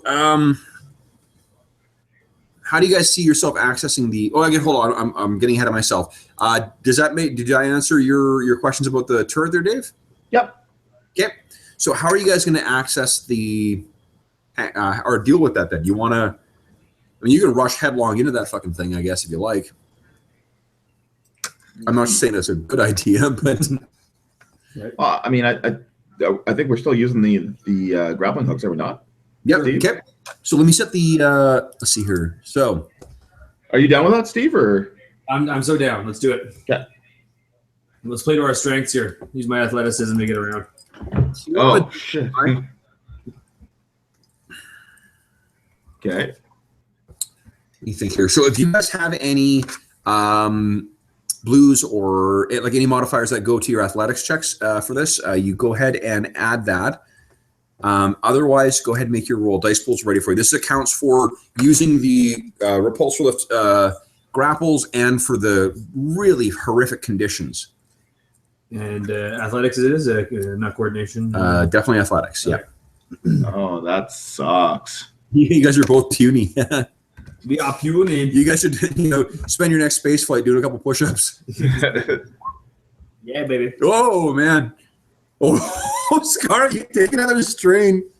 Nice. Wham! As you're banging around. Need But rest. you just saw, so Pash, you didn't roll a despair, so you're not falling, but you've managed to make absolutely no progress. You just simply, you're having a fuck of a time trying to get up. So here's what I'm going to let is, if you want to make another athletics check to try and get down to him, then he'll be able to help again. But he's effectively sort of. Or can I throw my hook down to try to help to, like, if you can grab it and I can pull him up? Or You're going to throw a hook into him?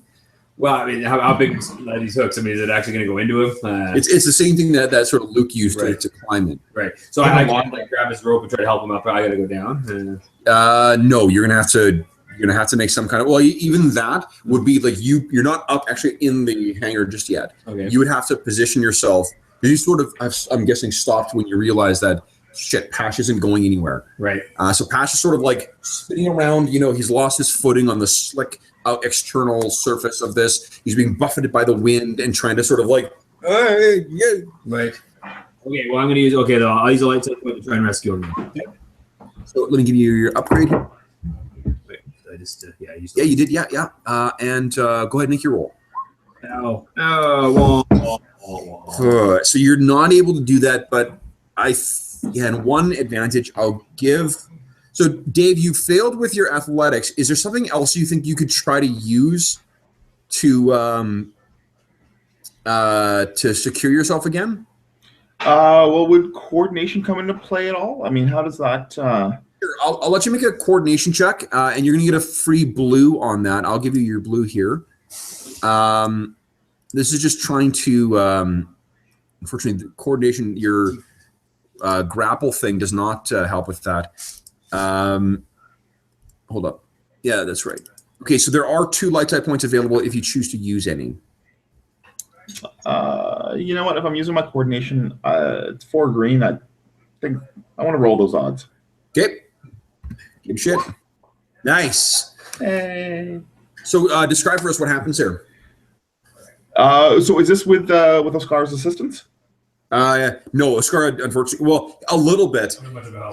He shouts down something over the wind that gives you your blue, that gives you a little bit of benefit. You know what? Pasha's competitive streak kicks in, and as he looks up and sees Oscar's face, like peering down, like yelling at him, it's a combination of like anger at himself and basically shame at having been like left behind, basically trying to skitter up the side of this hangar. So with like one last push, with all the resolve he has, he basically double arms it up like the rope in gym class. He's like, "Fuck this! Yeah. I'm getting up this thing." This doesn't get you up. This gets you secure again, and with 2 advantage, I'll let you spend make that into a blue. Okay. For yourself. So let me adjust your dice pool here. Boom. Dave, do you have any levels in athletics? No. Okay. I will elect not to spend a dark side point because that will just be cruel. So I will see that, and I will actually take this opportunity to use a light side point for that. Nice. Okay. I've got your upgrade in here. Go ahead and make your roll. All right, here goes nothing. Nail it. Yeah. Hey. So it goes as you described before. You get yourself secured again, and then you sort of start scrambling up the side. The thing bring you up. Advantage to take my strain down, my one. From my roll. How many advantage did you roll? I rolled 1 advantage. No, you gave him a blue for that. Oh, okay. Yeah, sorry. No, okay. Good. So you guys are up, and Oscara seems to have a fresh bruise on his face from clarking the side at one point. But you guys are able to scramble up to the lip of the hangar. Now, I'd like you both to make a stealth check for me, please. Let's see how well. I'm going to give you an upgrade because of the weather, and I'm going to give you a blue because this is just not. I'm going to give you 2 blues, in fact, because this is just not a direction that they think you're coming from. Don't roll yet. Oh, sorry. Don't roll yet. That's a shame. That's a good roll. Yeah. But I am going to spend a dark side each to start spending some of these. So let's see here. 1, 2. Ooh, I should not have done that. That's going to be a hard fucking roll. Right. All right. Go ahead and make your you're stealthier, so make your stealth check first. Whoa. Ooh. That was. I can do a reroll a game or something like that, can I? That was a bullshit roll. Yeah. Don't I get a fortune point or something, or no rerolls? Okay, never mind. Unless some of your characters have talents that let you reroll 1 thing per game, but no. Okay, so Oscar is not going to succeed. Yeah, unfortunately, they're fucking stormtroopers. Here's the thing. This is something I saw in another podcast. A guy named his channel is called Runeslinger.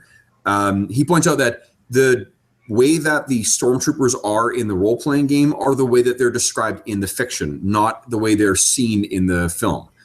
In the film, they're like fucking buffoons, right? Like they can't hit anything and whatever else. The way they operate in the game is they're the elite of the Empire. They're really fucking scary. Their weapons do a lot of damage. Their armor's pretty tough, But anyway, so that's why sort of they're, maybe you didn't succeed. But let's see how Pash does. Now, do you want to spend one of those light side points on your roll, Pash? Sure, why not? Yeah. Let me give you another upgrade here. Oh shit, that was just a shitty roll for you there, Steve. Yeah, you totally. got fucking 3 blank dice. Bullshit. Yeah. Okay, whenever you're ready there, Pash. Ugh. Ooh. Cocksaka. Okay, so what I think happens is you guys do have an advantage. So, Steve, if you want, you can. Here's the options, guys. Is you could spend those 2 advantage to grant yourself or Dave a blue on your next action. Dave, you can really only spend 1 advantage, either to mitigate strain or to give a blue. You can also spend yours on strain. So how do you guys want to do that? Do you want to get grant each other a blue out of this, or do you want to use it to get your strain down a bit? Blue? Yes, you can do that. Absolutely. Yeah. So 1 blue to him. Yeah. So Dave, you're getting a blue from Oscara. You want to spend yours on strain, or you want to give Oscara a blue? Yeah, you know what? I will give Oscara a blue, and then Steve, you can spend your remaining advantage on reducing your strain. Okay. Cool, thanks. So reduce yours by 1. Okay. So what happens, I think, is one of the with the wind howling in. If we were seeing, we're sort of cutting, back and forth between you guys scrambling up the thing. Oscar kind of bangs on the side, but manages to get it, his way up. Pash has some difficulty spinning around, and he finally manages to get himself secured on it. And he's moving his way up. We cut into the stillness of the hangar, and the stormtroopers are looking around, and one of them sort of starts walking his way, past the TIE fighters or not TIE fighters, the X-Wings, and then he walks over to the edge.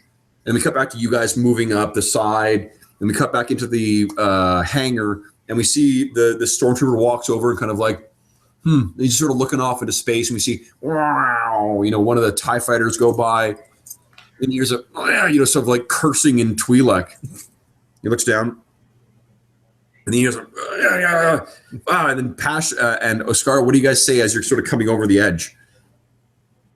And we see this guy? Well, you don't see him. He sees you first. I'm just curious what you're muttering to each other as you're coming over the lip. Boy, rush hour is deadly this time of year. God damn, Oscara. Like, honestly, were you actually drinking? I need a holiday, man. I'm a little burnt out here. So as you guys are, what do you call it? Hit poop, poop. You come over the lip of it, and you look up, and there's a stormtrooper looking down at you, and like there's a speechless sort of moment where you're like, oh, and then we'll cut to the other scene where Vendry and Oddball and Dash are making their way into the now into the compound. So guys, this thing is probably accessible from like one or a series of like turbo shafts that are accessible from elsewhere in the spaceport. So what's your sort of describe for us how you think you're going to access that tower? I'm thinking Obi-Wan Kenobi style. Like sneaking around on the outside? You know when he snuck up to that thing and turned off the tractor beam or whatever? Yeah. Thinking something like that. Okay. So it's like the guts of this thing that you're trying to access, not the actual spaceport itself. We're not going into the office where they do their stuff. We're going into the computer core part of the tower. Okay. Dressed as you Which might be guarded, but we'll deal with that. Okay. So let's start some stealth checks here. Let me clear the dice pool here. I'll set the difficulty. Give you your Baloo. And Emmy, don't start. Hey, stop humping. I was just, we were playing it. So Okay. Well, she's about to mount your leg. So if you want some sexy time on your leg, she'll be happy to oblige. Doofus. Okay, so do you guys want to roll for Dash first again? Sure. Yeah, sure. Okay, let me make sure his is clear. Actually, I've got his upgrades in there. Oh wait, hold on. No, that's wrong. I'm sorry. Give me 1 sec here. Should he be reading 2 blues and 1 green? No, he should be reading 2 blues and 1 upgrade. So now go ahead and click on his stealth roll. Should be good. Holy shit! Wow. So you guys lose track of him. Because he turns invisible? Yeah, he just it took some time for his character to grow into these abilities, but like there's a reason they call them Jedi shadows. These are the guys who disappear into enemy territory, find the threats that before they manifest, and then deal with them. So yeah, wow.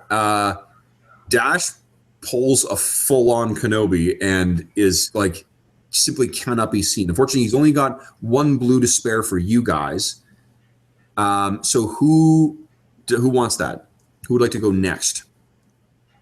I got pretty good stealth. Okay, so go ahead and make a stealth check. I've included I'll give you the extra blue that you get from Dash, and go ahead.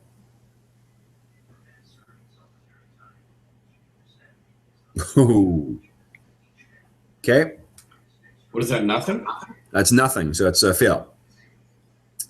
So you failed, and then Oddball, why don't you go ahead and make your stealth check?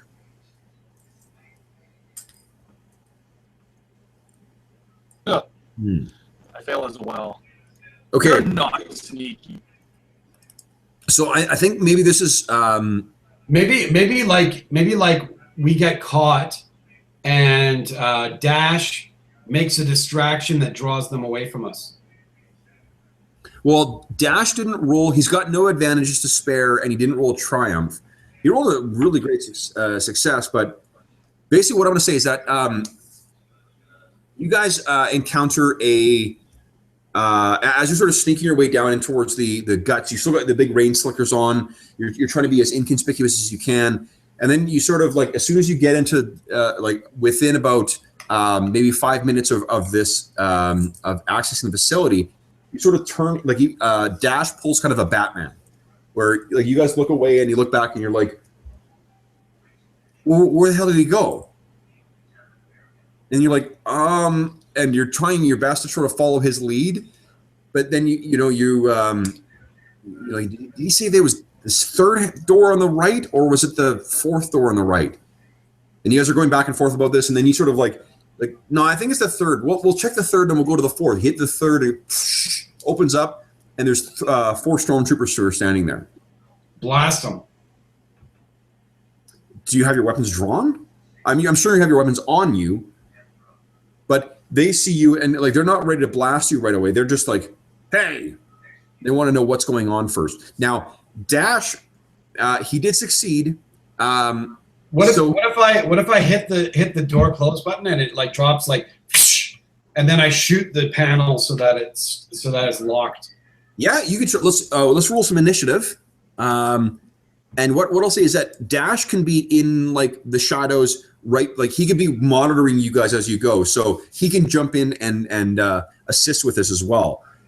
The sort of classic Jedi Shadow move is activating your lightsaber when you're in the middle of the dark. What's initiative? Is it cool? It will be the other one, whatever it is. Vigilance. Vigilance, yes. Thank you. Okay, let's see. I'm sorry. I'm just trying to open up the stormtroopers. I am not vigilant either. Oh, 3 success. That's like almost the best I can do. Nice. Okay. And for these schmoes, let's see here. What did I say? Vigilance. There you go. So they got a 1 hit and 1 advantage. All right. Who would like to roll for Dash's? Dave, do you want to take over Dash for right now? Yeah, sure, I can do that. Okay. Hold on, let me just grab his character.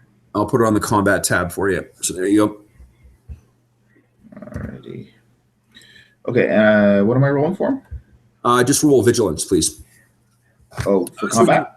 We'll go on the combat sheet. There should be initiative, and then you can pick one or the other. Sure. Vigilance, you said? Yes, please.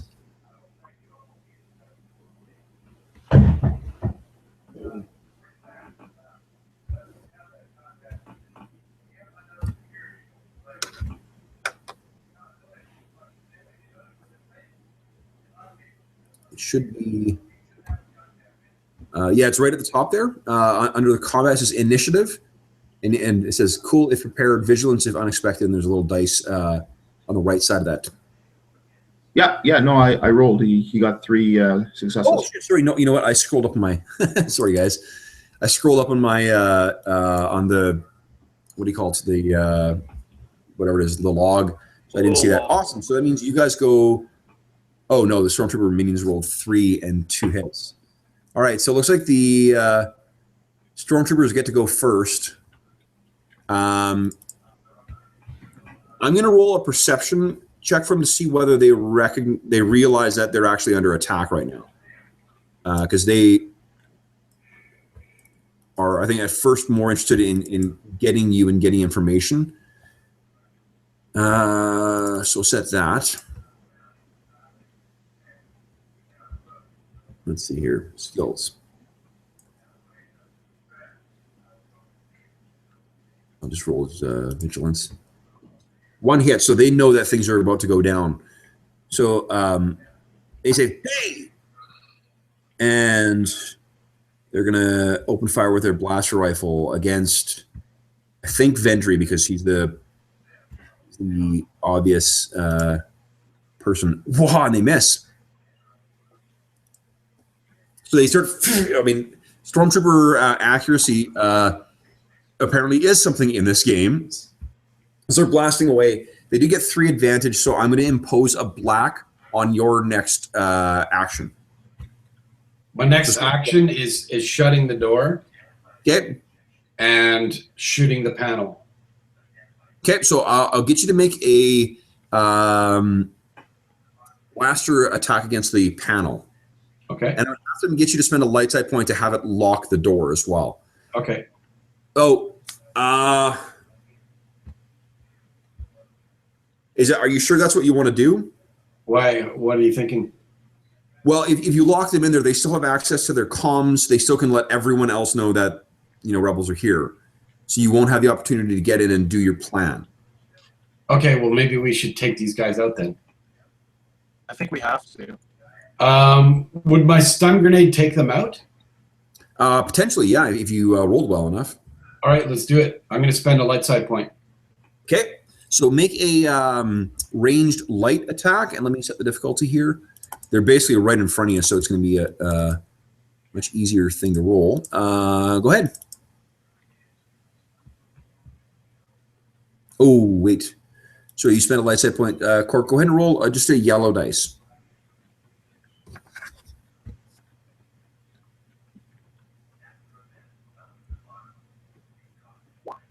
Nice. There's your 2 hits. Okay. So 1 net hit then, which is what you needed. So you got 1 net hit and you got 2 advantage. With the 2 advantage, you can trigger the blast feature of your thing. What is the damage on the stun grenade?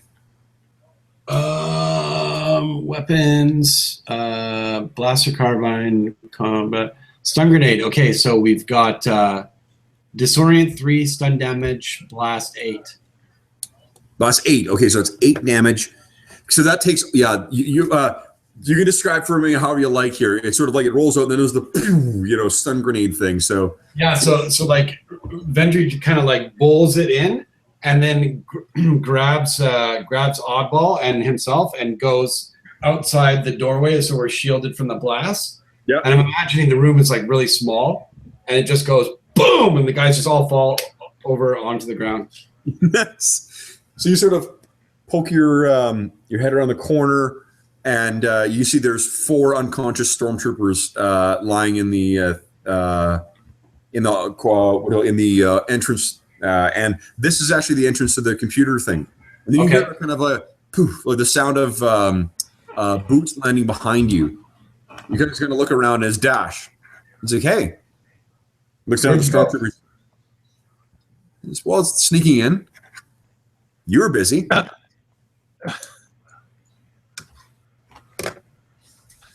Okay, so now we're gonna make you getting in and Oddball. I need you to make another. I think this is gonna be a computers check instead of mechanics, but I will give you your upgrade from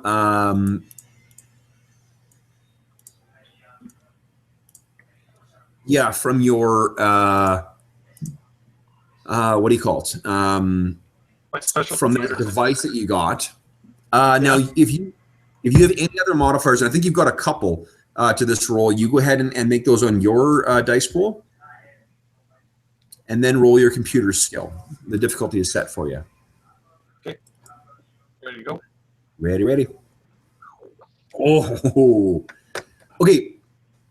With that many advantage, I think that what you do is you dip into the diagnostics, drive or whatever, or the partition part that deals with diagnostics, and you realize that there is a warning. There's a bit of a warning thing that's coming from that thing that you sabotaged, but it's not going to be what you hoped it would do. Oh. Not currently, at least. So. Oddball looks at Vendry and he says, we're going to have to go back to the other location. So you can go back to the location and do it at the same difficulty again, or you can try and do it here at a harder difficulty. I say we're already here. Yeah, let's try it from here then. Okay, let me set the dice pool. Okay, so the difficulty. Hold on, I just want to. Oh, this is one thing I do really love about the having the log is that I can go back and check what difficulty it was. That's cool. Maybe spend a light side point. Sure. So the Only mechanics. one left. No, we'll keep it. Okay, so difficulty was 4. Okay, so the difficulty is set, and you said you're going to spend a light side point? No, I'll leave it there. Okay. I will not spend dark side because that's it's going to be a challenging thing as it is. So go ahead and make a check whenever you want.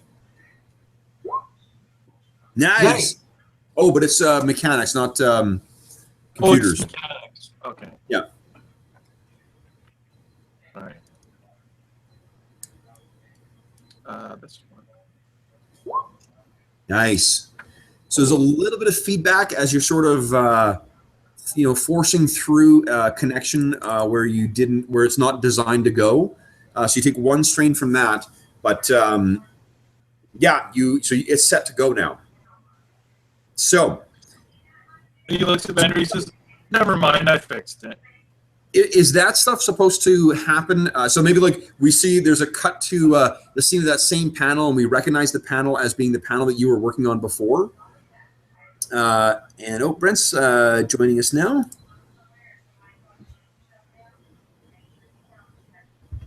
You can ask him to make a death save when he logs in. Yes. Guys, roll You're with, just in time. roll with whatever scenario that I start presenting. Okay, so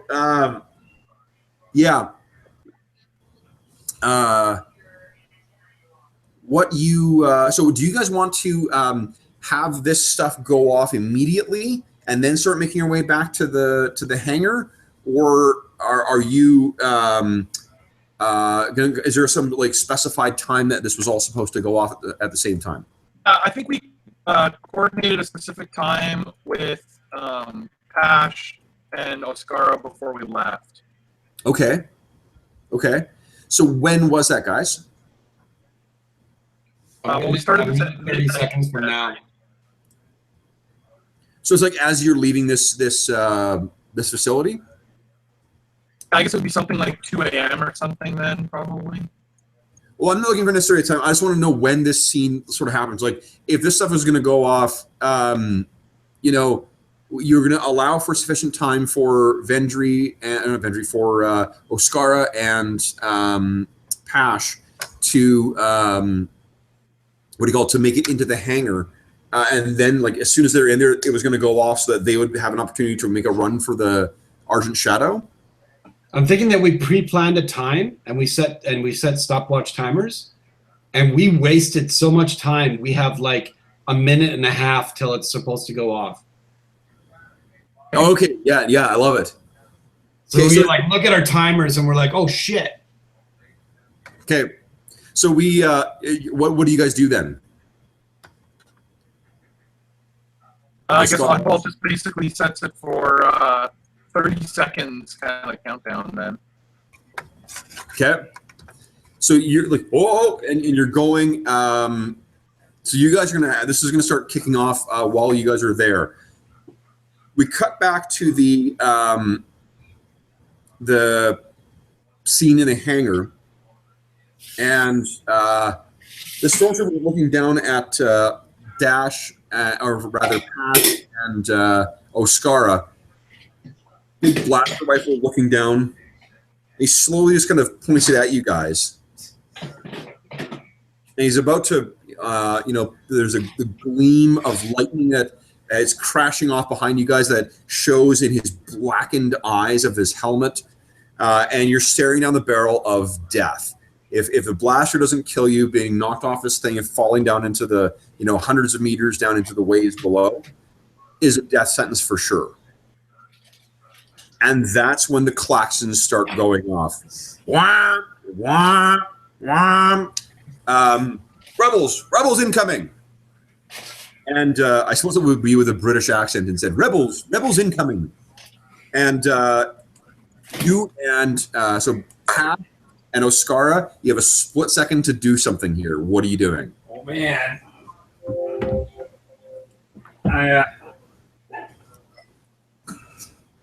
What are we gonna do, Pash? I could quick draw one of my pistols. Oh, I think Brent's with us now. Yeah, slowly. Oh, I there we want go. to see if I can get video. Yeah, we can hear you now. We can't see you on Roll20, but I think you said that you're on the computer that doesn't have a camera, right? Right. Can you see me on Hangouts? We can, but like the broadcast always goes through with Roll20, so we won't be able to see you tonight. Okay. But you got audio, so we're good. Okay. We do. Now, you've actually joined us at a very fortuitous time, Brent, because there's a bit of a quandary. There's a decision that Dash needs to make here.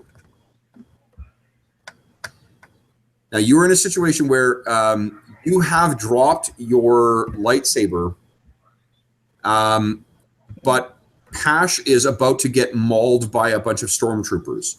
So you have the choice of either concentrating grabbing this lightsaber that you've managed to. We apologize. You rolled another despair. So you can get this thing, or you can watch your buddy, watch your buddy get riddled by blaster fire, and try and get it into the Argent Shadow, or you can go after Pash and try and help save him in some way, and then hope that there may be an opportunity to come back for the lightsaber at some point. Huh. What strategy are you going to employ here? What do I have to work with to save Pash? Ooh, that doesn't sound very good, Pash. This is just.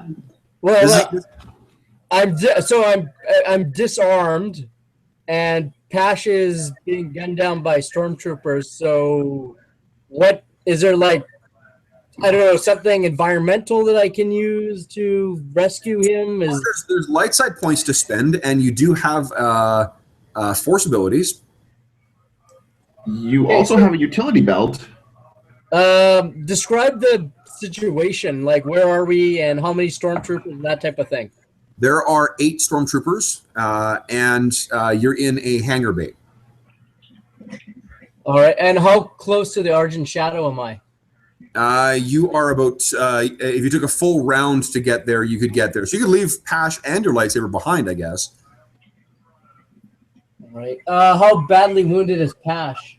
Pash is quite badly wounded. Things have not gone well for our heroes. And this in no way is because the DM is sick of having 2 names he keeps fucking up. Pash, so didn't you just call out Dash's name too? Well, yeah. I mean, he would have been the first person to try to.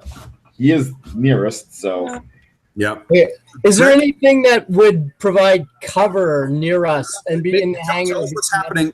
That's enough. That's enough dilly-dallying. What's happening? What are you doing? Lightsaber or Pash? I believe I have a stim pack in my utility belt that I could use to help out Pash with. So you're going to try and help Pash? Yes, but I don't see that involve me leaving the room. You got to get over to him. You guys got to get to him and on the thing. Like you got, this is a do or die moment for you. But we're all in this hangar, right? Yep. You only have time to do one of those 2 things. You can leave your lightsaber behind and help Pash, or you can go for your lightsaber and leave him at the mercy of the dice. So what happens if I help Pash and then go back for my lightsaber? You do not have time for that. How, like, what? I don't understand what's happening. It's probably because we're full of shit, Brent. Okay. This is not. No, this is what happens when you show up late to a session. Jesus, you're fucking with me good. I totally bought that. Dash has been doing some, some really impressive stealthy shit. He's been really, apart from one small fuck up, where we saw Dash roll a despair on a stealth check, and then both Oddball and Vendry rolled triumphs on a stealth check. Oh.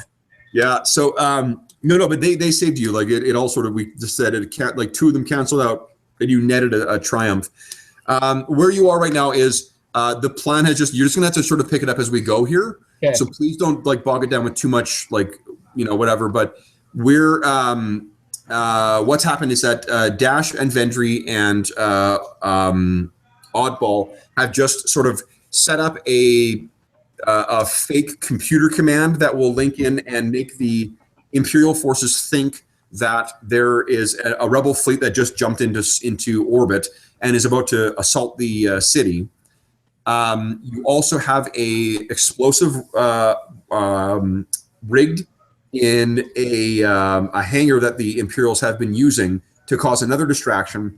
And currently, Pash and Oskara are looking up at the barrel of a stormtrooper while they have just climbed up from the outside in a Typhoon to try and access the hangar from the outside, and just found a stormtrooper. Unfortunately, spotted them when he was sort of like, daydreaming out the hangar, and then just the klaxons just triggered. So you three, Dash and Vendry and Oddball, are gonna have to try and make the break back for the hangar.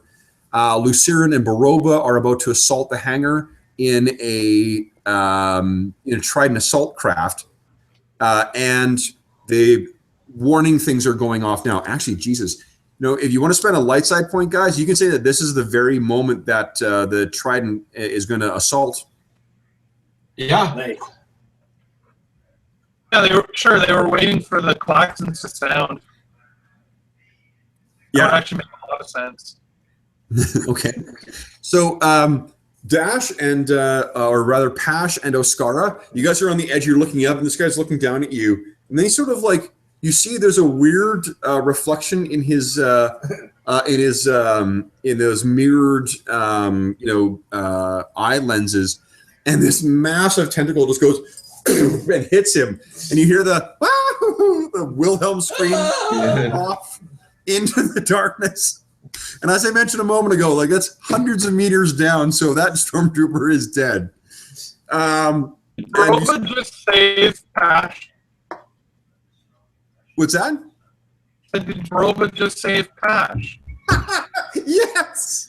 Well, Yes. he's never going to hear the end of it. You hear it was called the sound of I'm guessing you speak, Doug. So he again goes over the comm at your waist. Says, now we're even, or maybe you owe me something. And you look down, and there's, sure enough, the music swells up, and you guys can see this thing is, making its way up the side of the coral. So, Oskara and Pash, what are you guys doing? Let's get into the. Well, actually, Steve, do you want to get to the ship right away, or do you want to take your chances at playing with a big gun? Do we need to take down that gunner for anyone for us to get through? The big gun is a significant threat for you guys. It is something that may cause some cosmetic damage to the Trident assault ship. There is that. Should we use the Trident to take out the gun? There are 2 gunner spots on the Trident assault craft. Well, that happens to be my specialty. Or we can, if we're able to get to the shadow, it can be 2 ships versus 1 gun. Oh, you know what, Dave? Not to tell you what to do, but you just told me that you purchased a brand new ability that boosts the once per session? You can boost the damage of your vehicle weapon. Oh, true that. You rarely get an opportunity to actually operate the vehicle weapons, so Yeah, why not? okay. So, the what do you call it? Like ram or what do you call it? The drill bit kind of thing she spins and opens up and leaves a ramp for you guys to sort of drop down into. So you guys get in, and as you start walking on, you see Luciran is there to sort of help you guys on. And Pash, you're about to say some smart ass thing, and Luciran kind of puts his hand up. He's like, just save it for Baroba. The gunners, the pods are over there. Go. So as you guys are taking your place in there, we'll cut back to Dash and Vendry and Oddball. What do we see from you guys right now? How are you getting out of here? We're gonna disassemble Oddball into separate parts, and then there's less of us to sneak out. Yeah. I want there to be one session where I'm not prompted to do the no disassemble Stephanie joke. I will wear Oddball's head as my hat. I think we should just flee quickly. Yeah. Disassembling We're gonna run Oddball out the front door. is not the fastest way out of here. Okay, so you guys just gonna like try and book it, or are you trying to sneak out? Well, I mean, as we said, like If they're believe that an attack is going on, they're going to be running in all sorts of directions. So it shouldn't be too hard for us to sneak. Okay, so Jeff, what did you say? I got. I was just saying the same thing. Oh, okay. Okay. I'm a big fan of sneaking. Okay, so then why don't we do this? We'll do it in the same order. Brent, you missed carrying on from what I've learned from running Conan the last little while. It's good to sort of pick the guy who has the best skill rating when there's a group check. Pick the guy that get the best skill. He rolls first and then sort of feeds blues or whatever to the next person. And you are definitely the most sneaky here. So let me adjust the dice pool. And let's see here. So should I add my own blues in, or are you doing that right now? You add anything that comes from your talents. You add them in. Anything that comes from situational, I will add in. All right. Okay. When it says +2 blue on the spreadsheet, does that mean it's automatically added or not? No, it's not. That just means you need to remember to do that. Oh, I haven't been doing that. That's cool. Yeah. Okay, so I am going to spend 3 dark sides because I need to start feeding. Oops. Sorry, I used one too many. There we go. Oop, what is that here? Is that right? Oh yeah, updating. Okay, so the difficulty is set, guys. You go ahead and make your choice. I'm still giving you 1 blue from the rain slickers you're wearing. So Oddball, Dash, and Vendry, kindly make stealth checks for me, please, and add whatever modifiers that you. Oh, no, first off, Brent, make yours. Okay. And you said I got an additional blue for something? Yeah, which I've already added. Okay. Any situational stuff, I'll add. Any character. Nice. Really good. Okay, great. So once again, Dash just disappears into the shadows. And I've got an ability Does that give me an extra blue? I've got 1 extra advantage from an ability, so I'd like to use my 3 advantage to assist my companions.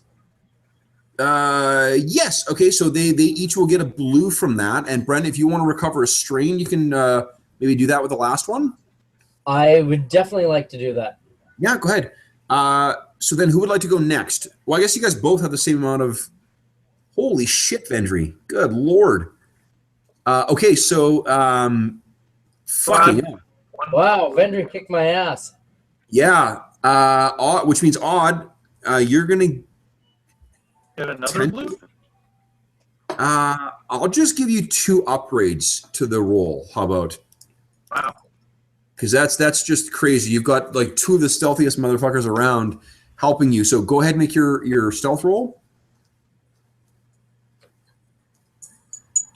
And it's Nice.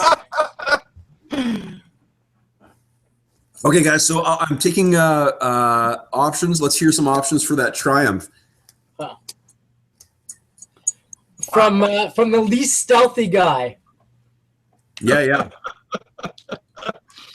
You guys helped out with that. So this is where there was a bit of like you guys did run into a. I was actually it was timed almost perfectly, Brent. If you had been on like 10 minutes earlier, you could have done the creepy like the Vendry and Oddball came across a squad of stormtroopers, but you rolled like amazing for your stealth check.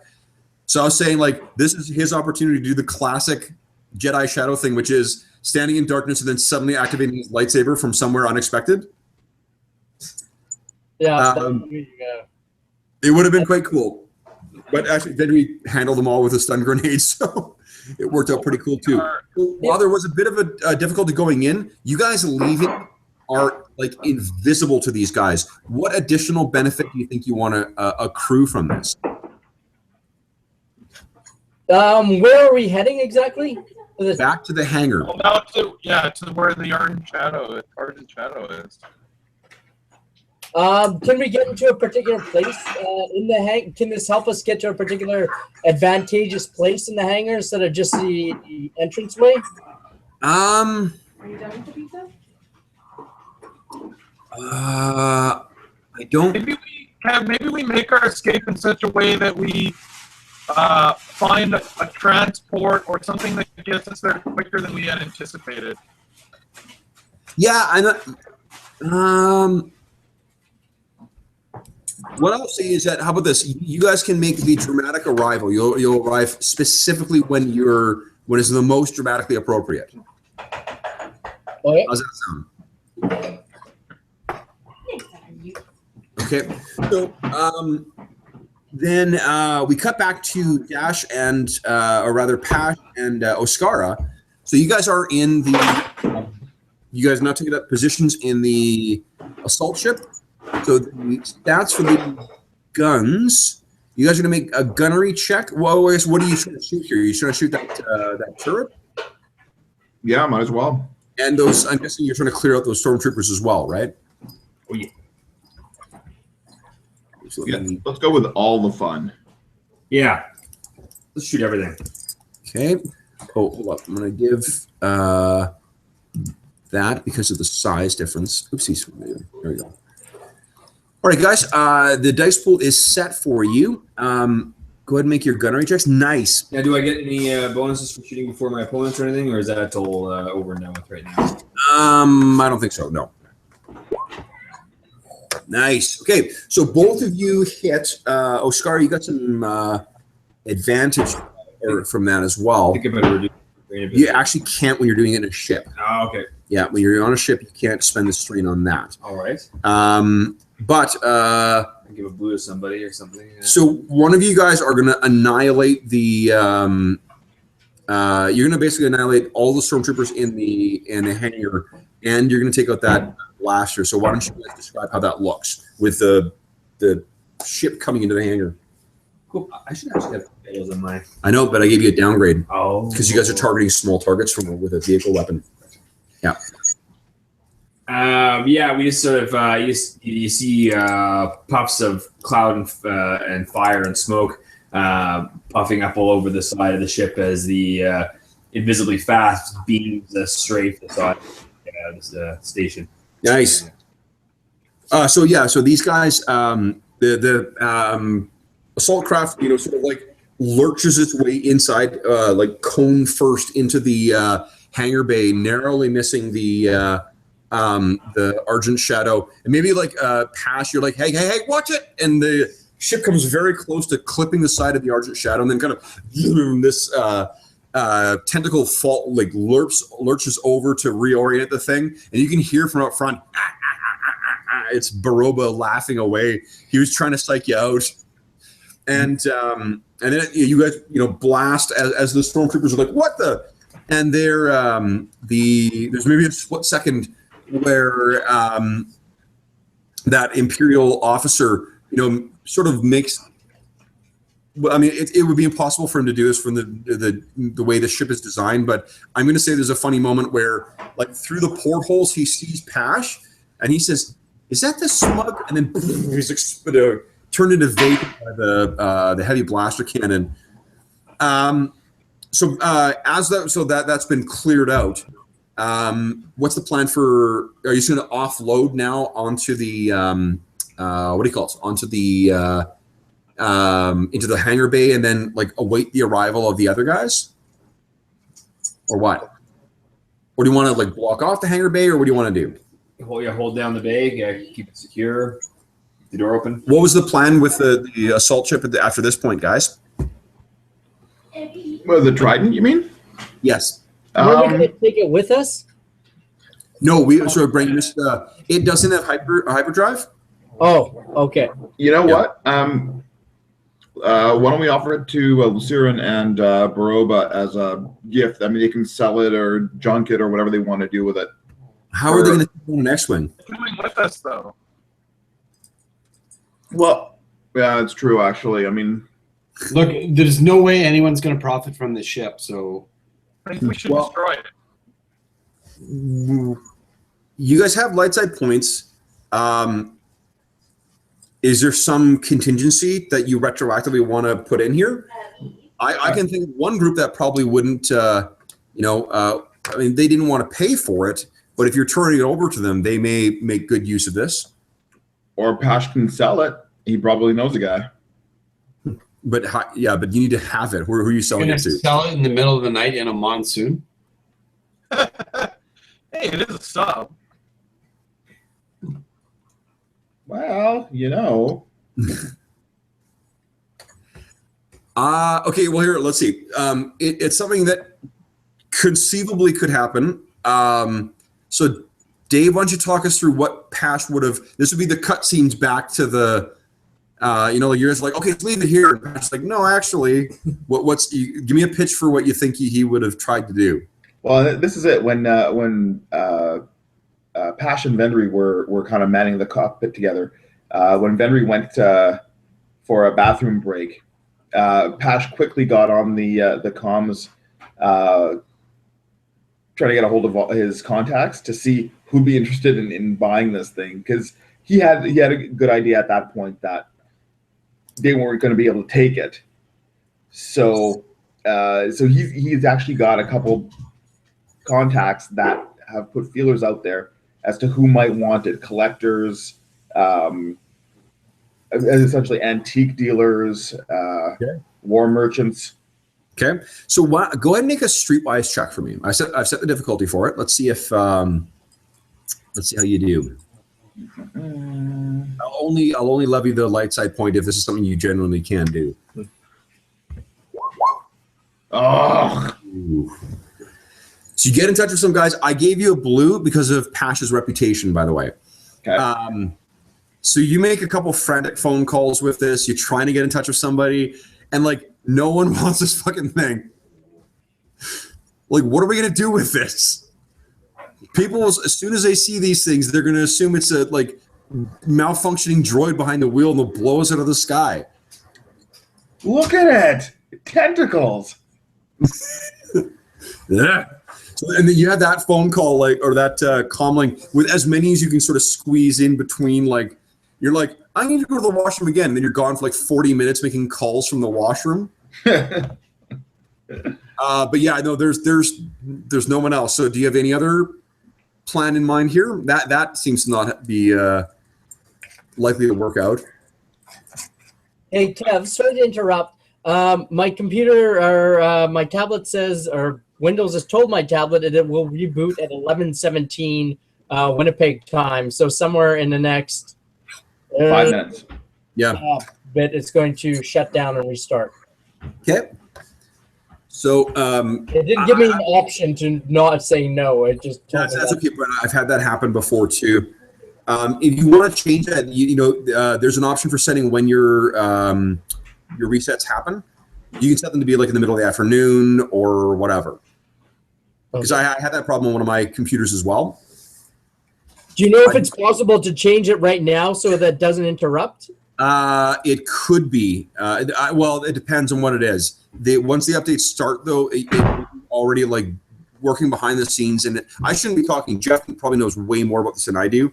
But I've known that because I've had those like, critical update. You need to restart things on my drawing tablet when I've been in the middle of drawing. And I'm able to change it so that my updates happen in the middle of the afternoon now rather than at like 2 a.m. Jeff, is there any way that I can stop it from happening right now? Awesome. You could slice it. Nice. Jeff, you just gave the answer that I give to most like unprompted legal questions. So is this legal? Yeah, maybe. I will make it legal. Yes. Oh, good girl.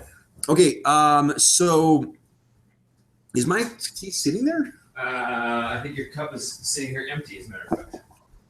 Hey, Gav. Where's the hot water? Thank you. Yeah.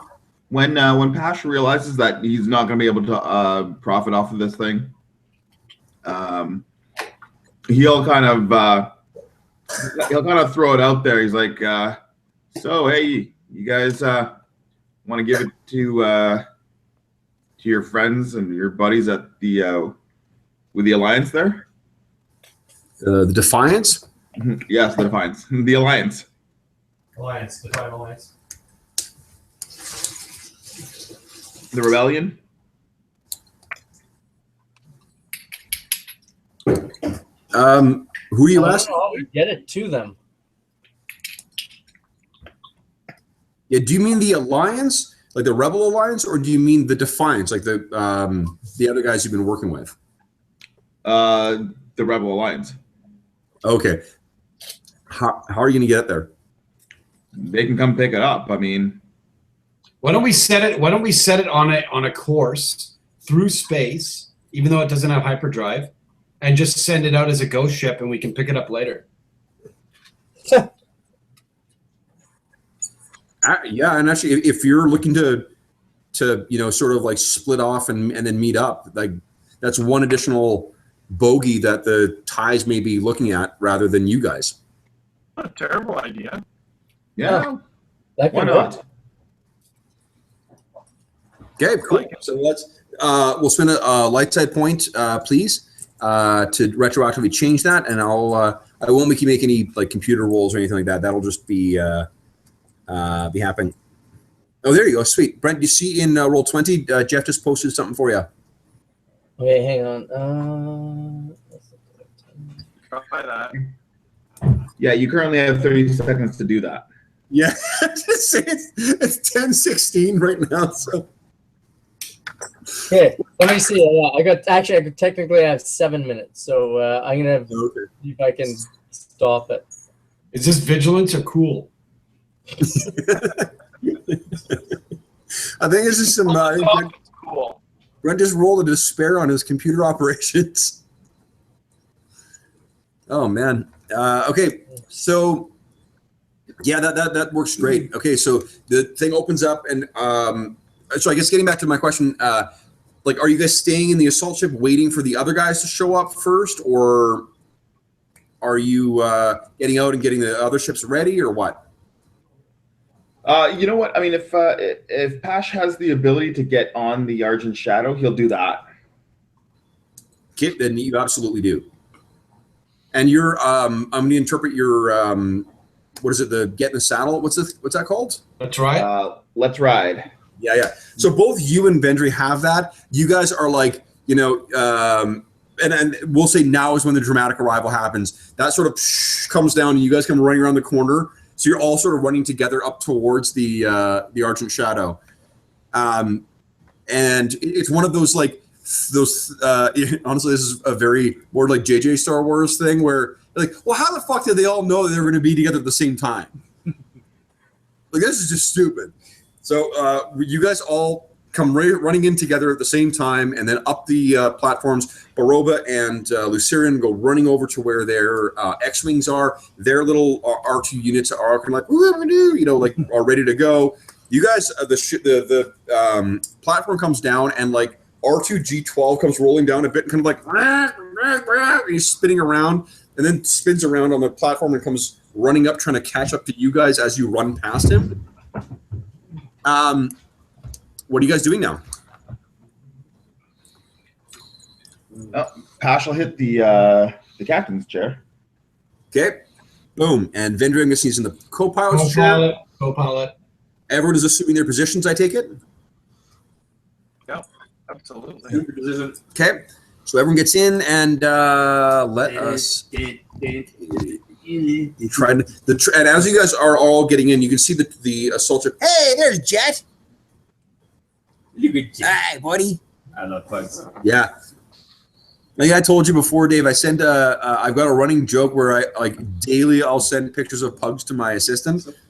I cut and paste them in. It is the grand unifying theory of pug is any internet search with pug plus any other word will turn up gold. I totally believe that. Yeah. They are what do you call it? A very well photographed breed of dog. Okay. So Nope. Someone's excited. So you guys all get in. The Trident assault ship kind of like spirals its way backwards out and then takes up. There's still klaxons going off, and if you guys, Oddball, if you're still sort of linked into the Imperial comms, it's going fucking haywire on there. Like, I'm assuming that because you rolled so well, like, there's also like fake recordings that are going off, different things. So it's mayhem outside right now. What are you guys? You guys get in the ships and Baroba says, kind of looks over at the thing at Pash and says, "Did you forget our bet?" And the ship, just bolts out of there, and Lucern's like, "Hey, wait!" and goes flying out as well. And they sort of, go off in opposite directions. Pash, what are you doing? Oh, did Baroba just get a head start on a race? He did. Oh, that, you know what? That would be improved full throttle. Forget that. So, Vendry, do you want to use your line again? What's my line? No, you want to use your line from before? Watch this. Oh, yeah. Do I have to roll anything co-piloting here? Yes, you will in a moment. Let me just quickly change the thing here. I don't know why Patch is hanging in space. Would that be pilot planetary or pilot space? Hold on, I'll switch you guys over here to see. This is what I'm laughing at. Is you guys are fucking floating in space. I got ejected. Yeah. Whoa. And he's actually rigged his camera in the cockpit so that whenever they make moves like that, he's got it shot in such an angle that it looks like Vendry's flying the ship.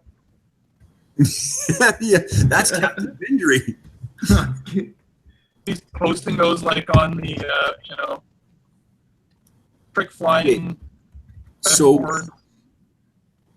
what do I have here? There he is. Why is Dash floating in space there too? Or you guys jettison the whole crew. Like, I don't drink, but I'd say, like, was I drunk when I made this thing? He's all right. So, all right. So what happens? Actually, we can. I don't think there's any damage to the.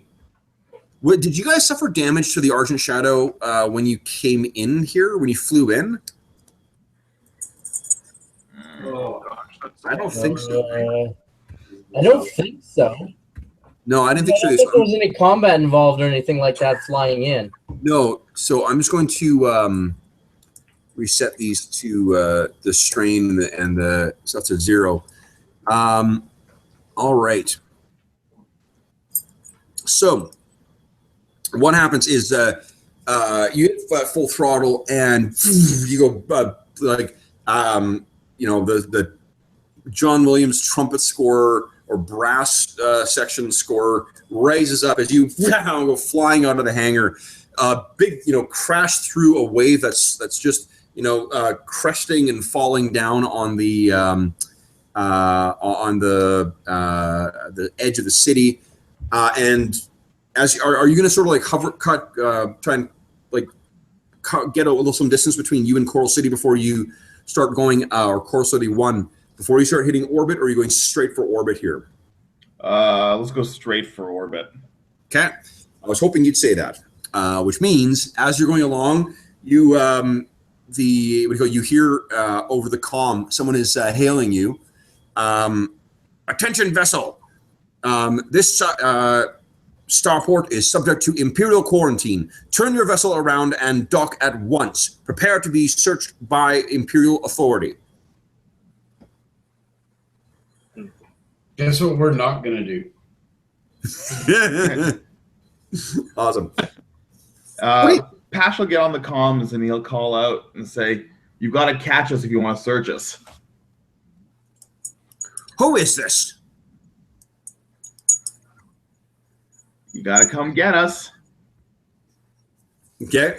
So let me get my what do you call it? What are we doing here? There we go. you go. I'm gonna set up my. So this place is under a lot of what do you call it? A lot of security at this point. So where are they? Where are you guys? Here we go. Okay, so there are two groups of, where is it? How many?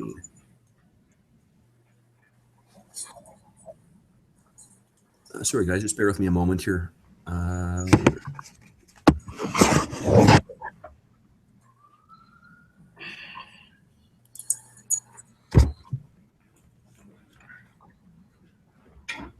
What's going on here? Oh, here we go.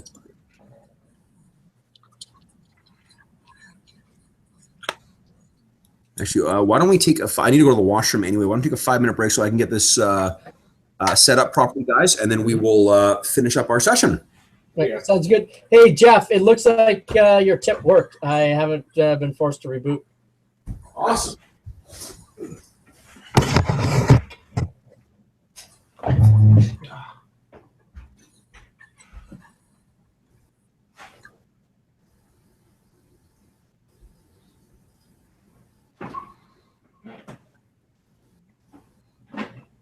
I fix most problems. Yeah, thanks. It's a really annoying feature when it's just like, most things will let you postpone for a couple hours or something. Not being able to postpone at all really sucks. Like a ticking time bomb.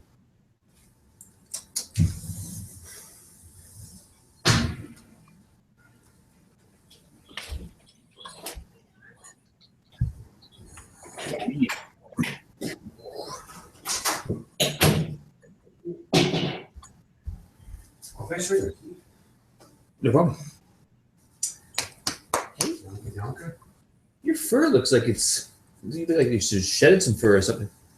Like it's nice, sort of clean coat. Yeah, like a thin coat on her. Yeah. Hey, sweetie, you look pretty.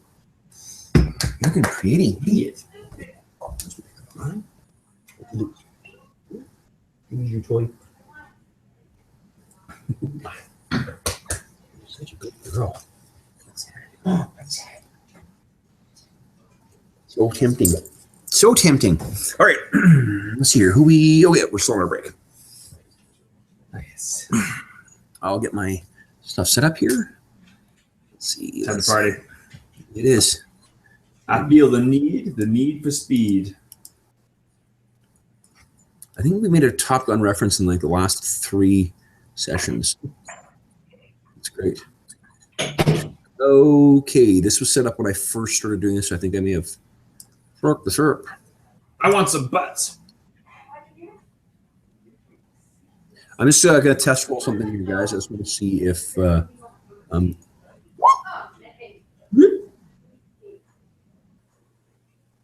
is not right. Okay.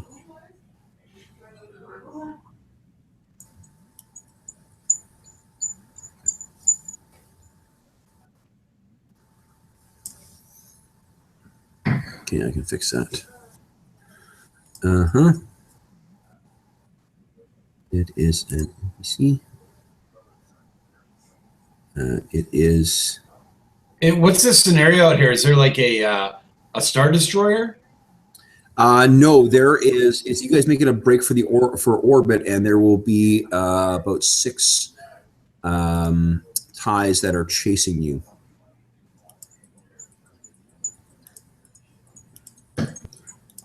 I am just trying to set this up. Oh, that's why. Here we go.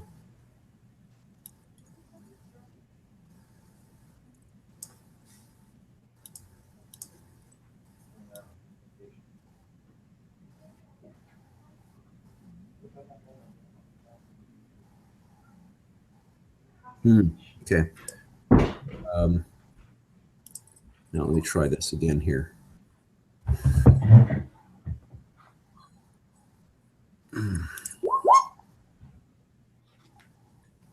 That didn't work either. Okay, fuck it. I'll just set the Dice pool.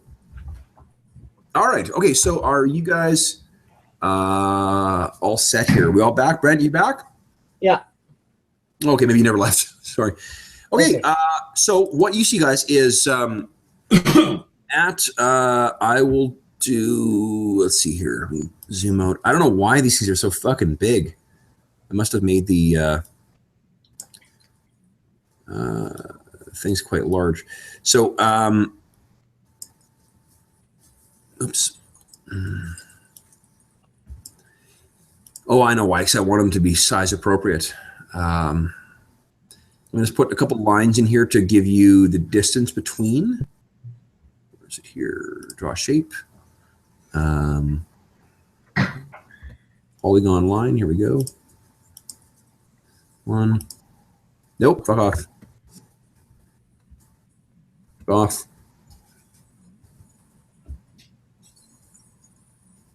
Two. Fuck off.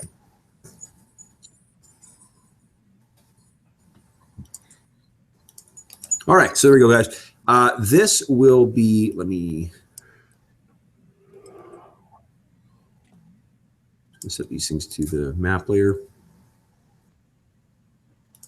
so we don't hit them by accident. Okay, so this is close is the same range as you, then short, medium, long, extreme. Okay. Okay. These are at medium range from you guys right now. We should upgrade the engines on this thing to make it faster. I think it's quite quick as is. So, guys, I'll get you to take a look at the refresh yourself with the piloting cheat sheets that Brent had sent around before, because we're doing some piloting now. So, Cork, if you're going to be doing the co-piloting, then you make an average piloting check. So it's a piloting check in 2 purples. And if you succeed, each success downgrades the difficulty of the pilot's next piloting check by 1. So you will want to take an action before Pash does. Okay, I'll do that. Okay, so let me set the difficulty here. Boom. Okay, gunners, you'll obviously go at any point. You know what actions you can do. Oddball, there are, yeah, I don't know what just happened. I rolled it twice. Oh, okay. Do you want to cancel both those and I'll roll again? The first one's fine. Okay. Yeah, you rolled awesome too. So you downgrade it by 3. Holy shit! Wow. So that's Vendry is really helping right now. Let's see here. Pash, since you will sort of what your maneuver will dictate what the rest of the crew, like the penalties they'll take for gunnery. Why don't you take the next action? And then Jeff, you've got things like you could jam their communications using computers. You could boost the shields, which is a hard mechanics check. You could scan the enemy to learn what ships, like what kind of ship it is, what modifications, their current system strain or hull trauma thresholds. If any of that sounds interesting to you. Oddball already knows all that. He'll try and jam their comms. Okay, cool. So you're going to make an average computers check. Go ahead and do that. And then Pash, what are you doing?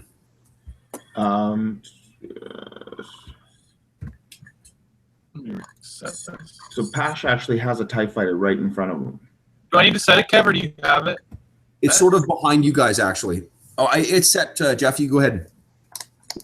Oh, gross. Yeah, that wasn't good. You know Why what? didn't you jam them? You know what, Jeff? You've got that. We're getting close to the end of the session. You've got that ability that lets you re-roll something as like intellect once per session, don't you? Well, yeah, but my computers is better than my base intellect. That's like the kind of thing to like sub in for like a non-intelligent skill that's terrible, like Okay. my brawn. No, I'm just wondering, like, if we're getting near the end of the session, this may be since you can only use it once per session anyway. That might be worth I mean, I'm not sure how useful. I mean, No, but that's what I'm saying. Like my computer skill is already better than my just straight up intellect. right, but you just had a shitty roll though. Oh, it's just subs it in. I don't think it lets you re-roll. Okay, then ignore me. Okay. So these guys are at medium range, and unfortunately, your weapons are close range. Fortunately, those, as are the TIE fighters. So, Dave, what do you want to do here? You know what? Pash is going to barrel roll the shadow and close space and engage. Nice. Okay, so to at your speed, what do you? Because you did full throttle, right? So, Yep. what speed is the Argent Shadow moving at right now? With improved full throttle, well, it basically improves. I mean, it would be maximum speed. Don't you have the ability that makes it go beyond maximum speed too?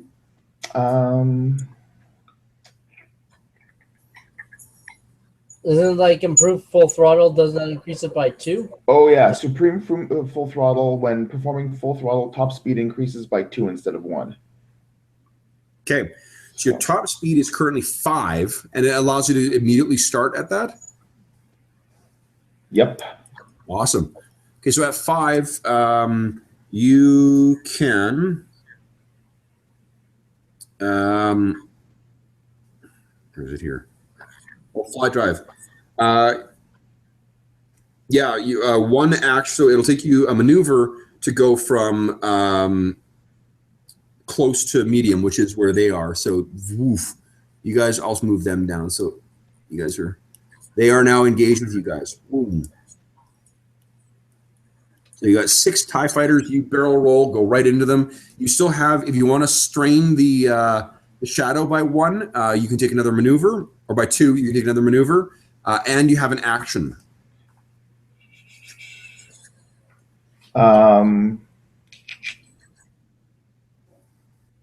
You know what? I've got Master Pilot, which allows Pash to take 2 strain to perform any action as a maneuver. Okay, so that doesn't change the fact that you've got, if you want to take another maneuver this turn, you need to strain the shadow by 2. Okay. Can we ram a TIE fighter? You could. It'll damage the shadow as well. You know what? Can I lock on to the TIE in front of me? Okay. I don't think. Are you like just describing something narrative, or is this your maneuver or your action? Like, I don't think there's an action called lock on.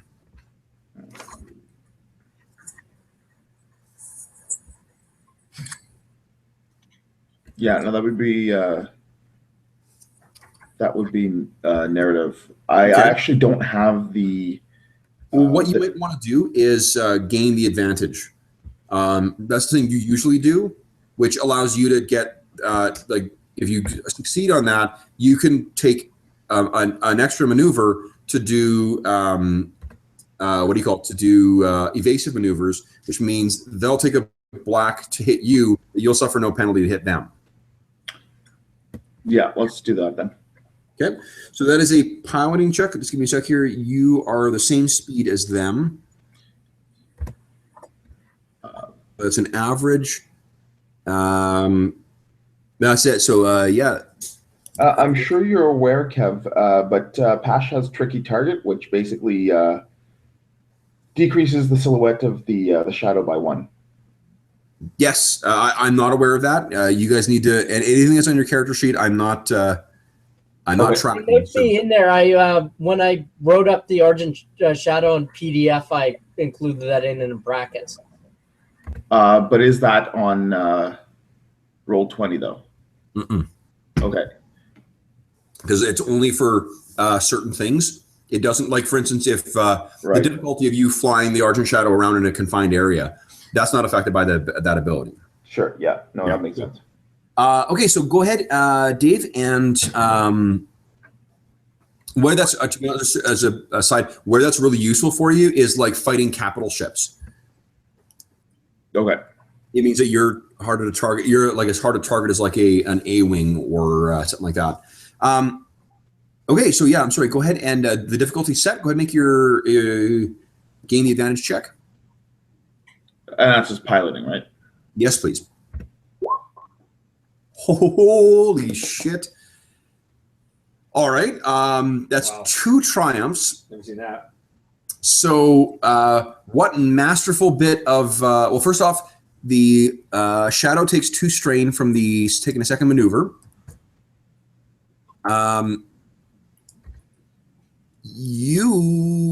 Let's see here. You're going to take 1 black on the next dice roll because you just overcompensated for this amazing maneuver. But what's the pitch for the 2 triumphs, guys? He perfectly lines us as gunners up right for those 2 ties, bringing us in the right and behind them, maybe. Just to be clear, those are minion groups, so those are each 3 ties. There's 6 TIE fighters you guys are fighting. Just like in the movies, they all bump into one another and then they go spinning off and. Yeah. Okay. Dave, give me a really badass description of the maneuver that Pash just pulls off here. So basically, what happens is Pash starts engaging 1 TIE fighter at a time, and he basically corkscrews through all 6 of them, pulling them as they come through to attack him. They just start, like, he corkscrews through them, which causes each one in succession to crash into the next one as he like veers right through them. Love it. Okay. And all the time, maybe like you've noticed how much this typhoon is buffeting you. So you set it up to take advantage, and you get them right into the point where they're flying flat into the wind, where like they're trying to make that move, and those big flat wings get just spun. And I'll actually take out 3 of them. The most important thing, Kev, is that Pash makes it so that Barova gets a perfect view of the maneuver. Thanks. Yes. Yeah, unfortunately, he's taken off, so if only he was here to see this. Oh, it's okay. Pash has us on dash cam. Yes. You're like a Russian insurance company. You not drive without camera. Okay, so that means there's 3 left. So, Gunners, do you want to go before these guys? He asked foolishly. Okay. Okay, guys, let me set the difficulty here for you. Yeah, I can go first, so they haven't moved yet. Then I get my bonuses, right? Yeah. Boom. Just give me a sec here, Steve. I need to set the difficulties here. Do your thing. Okay. Do do do do do do do do do. That was an awesome maneuver. It was. Yeah. 2 or more points smaller. No.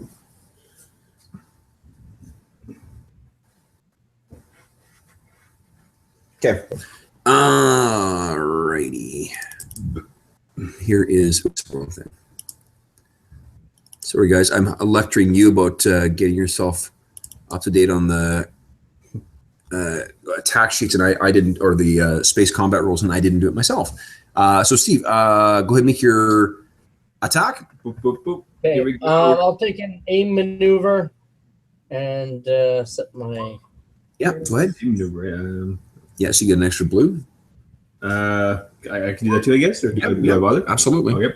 Well, in that case, I get 5 blues. How you like that? Wow, did I roll poorly? Hey, Holy crap. can I do? Jesus. And now I also get my crits reduced by 1 because the other guys haven't moved yet either, and so I don't know if that only works for heavy weapons. No, it does. Heavy weapons have crits as well. Vehicles take crit damage, though. The thing is these are minions, so they don't take crits. They just die. They just die. So okay. with 1, so it's 2, 4, 6, 7 Thanks. So, Pash, you were trying to line up your shot, and it's sort of like, poof, poof, going wide. Then Oscaret comes around, and what do you do to take out these 3 ships? I just, in my usual sort of steady stream, there's just this spewing out, and I just sort of spew out this looping sort of strand of plasma that just clips all of them as they're spinning around. Great shot, kid. All right, so yeah, those things explode, and you guys effectively have a free path to orbit now. So now, when you get to orbit, you will have to make the calculations to jump to hyperspace to get to the Fendex system, which will require astrogation. And Dave, you got some pretty badass modifiers for astrogation, right? Yeah, Galaxy, basically, Pash. I would take a look at your, take a look at the Roll20 sheet, only because I just updated your new abilities, and one of those gives you a modifier for that. Yeah, it's basically 2 ranks in Galaxy Mapper, which removes two blacks per rank from astrogation checks. I think that's wrong. I think it removes two blacks, full stop. You have 2 ranks in it. Each one removes 1. Okay. Remove 1 black per rank of Galaxy Mapper. Yeah, you got 2 ranks in it, so you remove 2. Yep. Yeah. Okay. So great. Okay. So the fact that you're having to calculate a really difficult jump point to the far side of the the far side of the planet you're not getting blacks from that. I am going to spend a dark side point because I'm a dick. And any modifiers, any upgrades or anything like that on your end? Other than the 2 Galaxy or the 2 ranks in Galaxy Mapper.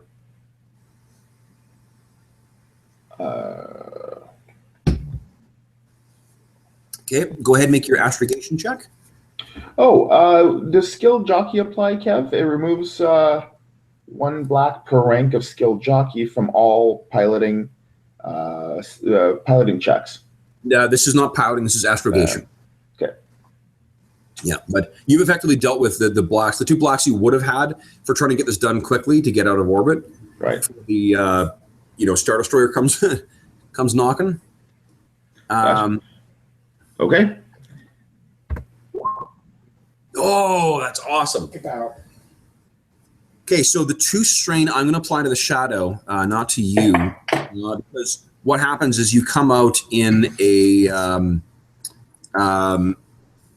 in that asteroid belt ring. So I'm kind of picturing this. There's that scene when they're in Force Awakens where they're coming to the Rebel base, and there's that big asteroid belt that they go through, the crazy chunks of rock and whatnot floating in space. Yeah, that's sort of what this looks like, where you you appear on the bright side, and on the to the one side closest to the sun is this brilliant burning star. There's the rings that you've concealed yourself in somehow perfectly, and there is a giant, and this is after some travel time too. You don't instantaneously transport. You travel along, and then you sort of drop out. I think this probably takes you. Yeah, it would have to take you less than a day because you need to get here ASAP. So you're pushing it, but it's within it maybe a 10-12 hour period. So first thing is first, guys, you can what is it, cool or whatever the other one is for recovering strain. Why don't you guys all roll? What was the other one, Steve? I gave you the option. What's it called? Hang on. Cool. Not willpower. I didn't. Cool or discipline? Yeah. So you guys Thank can you. let me clear my dice pool here, guys. So you're not rolling any adverse dice. Okay, go ahead and make your cool or discipline and heal yourself of however many hits you roll. Dash, nicely done. Anyway, that's not clear, is it? No, sorry. No. So heal my strain then? Oh, yeah, that's wrong. Steve. Yeah, go Or ahead. Yeah, my okay. wounds? Strain. Nice. So by using my advantage, you mean, or my hits? Sorry. Your hits. Cool. Yeah, so heal 1. Okay, so what you guys will want to, you guys have stim packs, I think, as well. I think that was one of the things that Brent had suggested you guys pick up between sessions. Mhm. So you guys each have at least 1 stim pack. A stim pack will heal 5 wounds. Nice. I'll use one. Okay, Pash will use one too. okay. That's the And- same for droids, Kev? No, Um, droids have to no, use not for droids. something else. There's a droid equivalent of it, though. Oh, is there? Okay. Yeah, I guess yeah. I would have bought those instead. Yeah, emergency repair patches. Yeah. And so, do you roll or do you just gain 5? Here's the difference. No. Emergency repair patches. So with stim packs, the number you use have diminished returns. First one heals 5, second one 4, third one 3, and so forth. Emergency repair patches always heal 3. You can only use 5 per day, but they only heal 3. Okay. Yeah. So, okay. So what happened? Yeah, I will use a stim pack.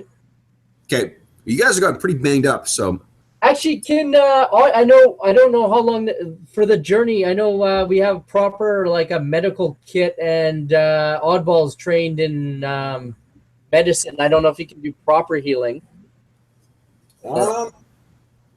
yeah, I think you could. Let's see here. It's You get some kind of advantage from the healing kit. Let me see if I can find it. yeah. So the difficulty is based on the state of their current health. How who is okay? First off, who wants healing? Further healing. I've got 9 wounds not using a patch, but after the sorry. I guess I'm who are you talking before or after using a patch? After using a patch. Then I'm down to 4, so I'm not quite sure how everyone else compares. Okay, so you're down to 4, which is equal to half or less of the wound threshold. It's easier for the medicine check if you're the more healed you are. Vendry, you're looking pretty banged up. Yeah. Did you use a stim pack? Sure. Okay, so heal 5. Okay. Pash, did you use one? Yeah, Pash did.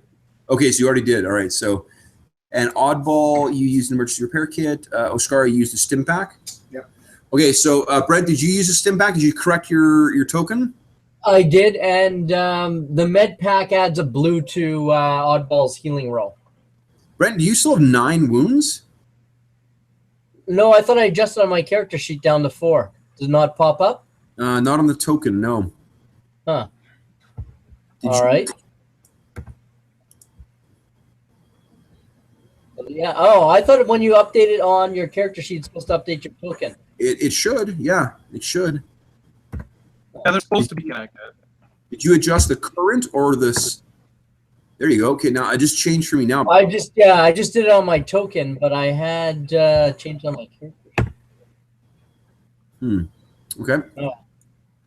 All right. So, So what it looks like is, Jeff, why don't you let me set the difficulty here for you, if you don't mind playing doctor with I don't know. your fellow crew members here. Why don't you first make a medicine check for me for Dash? I'm on the wrong page. Hold up, and your med kit. Now I don't know if this gives you. I have 1 blue on medicine check. Okay, 1 blue. So you will, add that on your end, and then just go ahead and make your roll. Whoa, 2 hits. So Brent, you heal 2 more wounds. Awesome, thank you. For Vendry, it will be. Let me set the difficulty. He's a little harder because he's a little more banged up. You go ahead now. Me? So Vendry, you heal 1 more wound. Okay. Let me set the difficulty for Pash. Go ahead, Jeff. Holy shit. Oh, damn. 5. Pash, you heal 5 more. Oggle does the kind of like licks his thumb and rubs off some smudge from your cheek and is like, you're fine. Oscar, are you below half? Yes.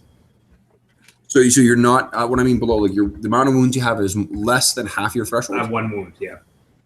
You only have 1 wound right now. Yeah, I was up to 6, but I got 5 back from the stim pack. Once again, your token's not updating. What?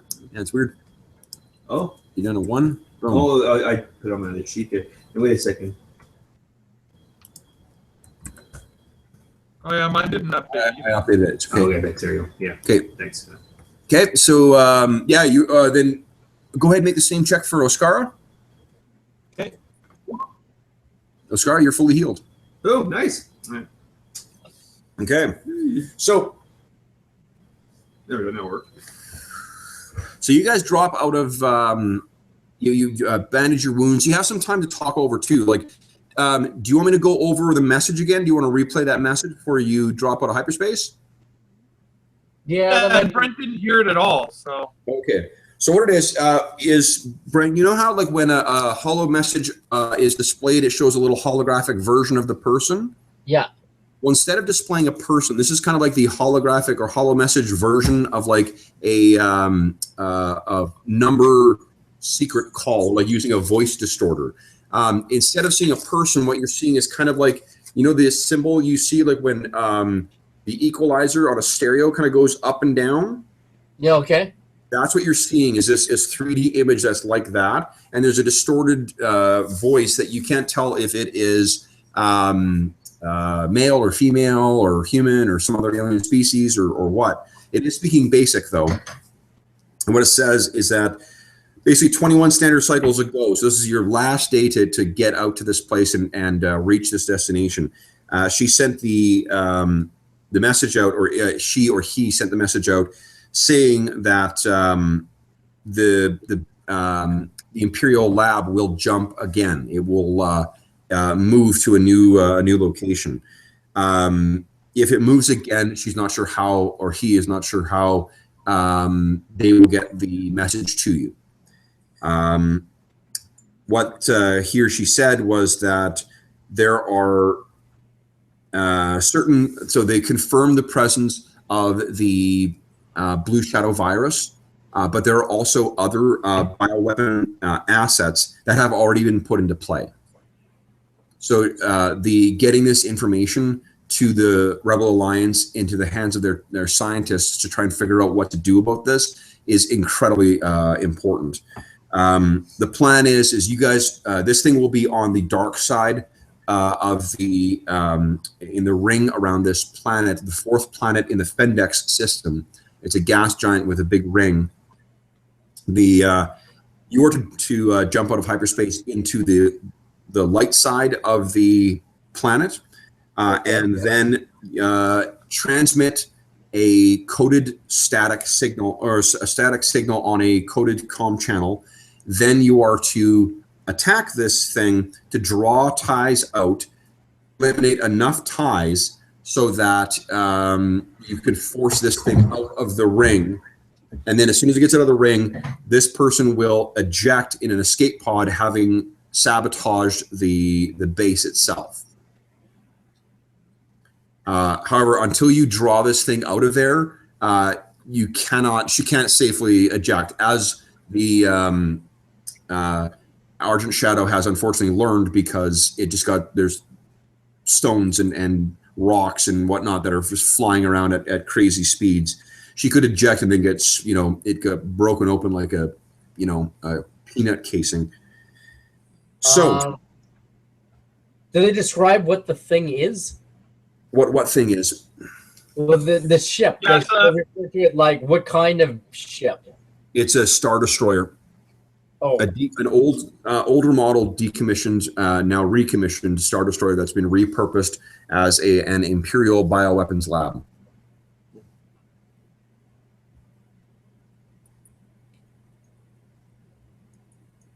So You guys jump out, and what you find here. Well, actually, what is the hyperdrive multiplier on the Argent Shadow, guys?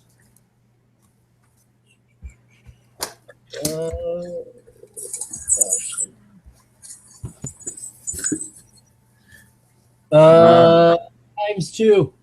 ×2. Okay, let me see what the. I'm curious if you guys get here first, or if the X-wings get here first.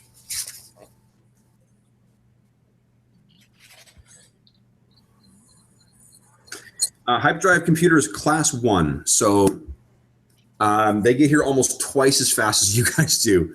You guys get there, and then as soon as you drop out of hyperspace, you hear what you've been dreading there, Pash. Is Baroba, who says, Pash, I beat you. Well, it's probably because you didn't see all the cool shit that I just did before. Was it cool slow shit? Well, I mean, if you have to categorize it that way, I mean, how many TIE fighters did you destroy on your way here? Was that what the contest was for? Yeah, well, you know, I can win every race if I get a head start and cheat too, so. He's about to respond, and Lucerne says, look, cut the chatter. Have you transmitted the message? Not yet, but we'll get that out right away. Are you guys going to do that? Yes, I suspect so. Okay. The there's a, what do you call it? Oddball, I'm guessing you're the one who sort of gets ready and accesses this and sends the transmission burst out, the static. So you do that, and you're like, okay, you guys have had time to talk over how you're going to approach this. What's sort of, what's the plan here, guys? I don't know. Dash isn't that much experience with taking on giant starships, but taking on a Star Destroyer, even an old one, sounds like a bad idea, unless maybe we could use like some of the debris as cover so it can't bring its big guns at us.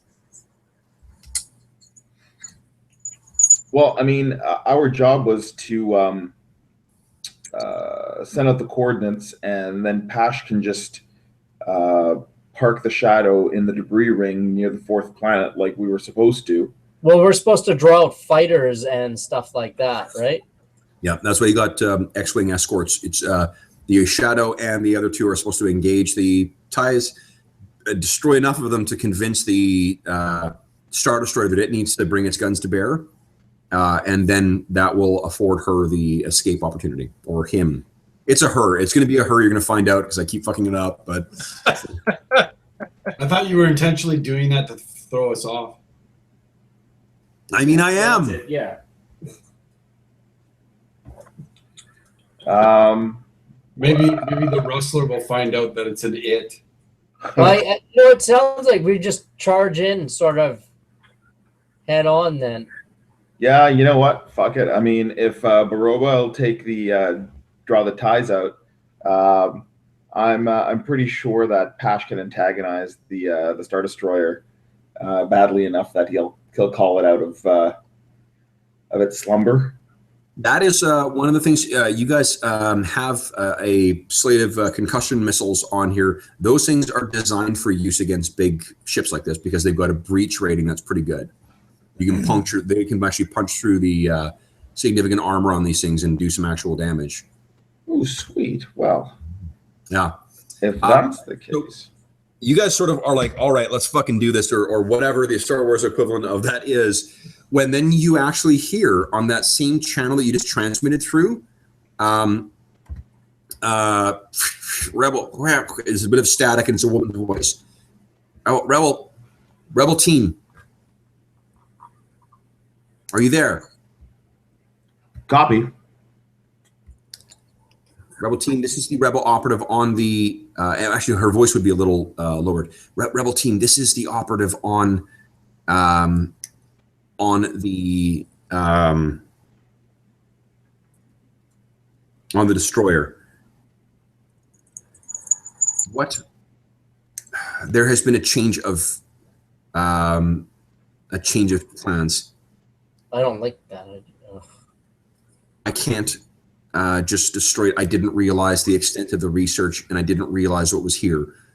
There are at least 70 test subjects who are here who, if we leave them to die, they haven't been. So there are some that are too far gone, but there are at least 50 that can be saved. And they may prove strategic value to the Alliance in a way that surpasses the data that we have collected.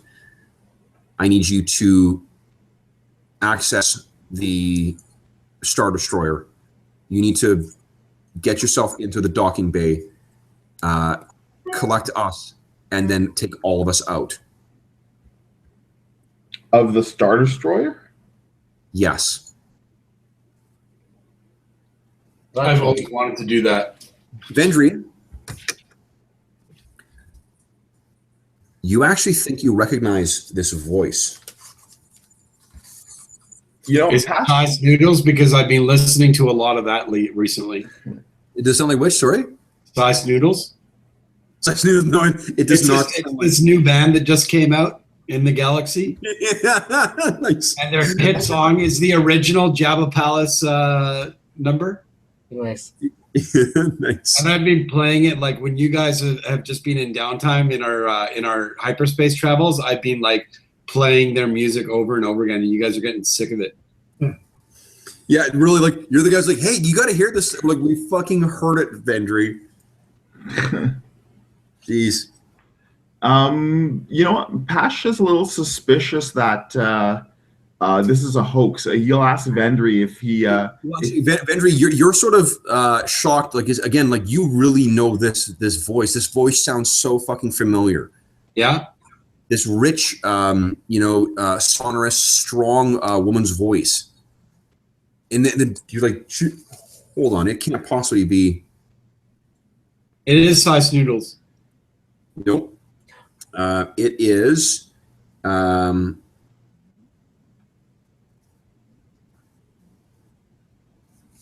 on, we got. I'm trying to pick the.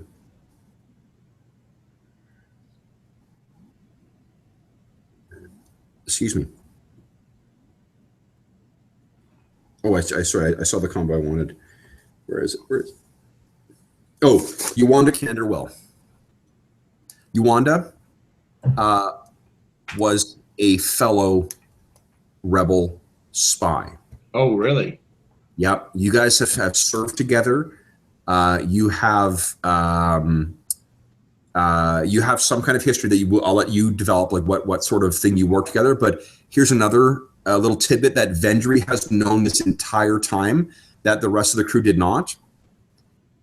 Do you remember how when you guys were on Ariadu? I have a pizza that's coming right now.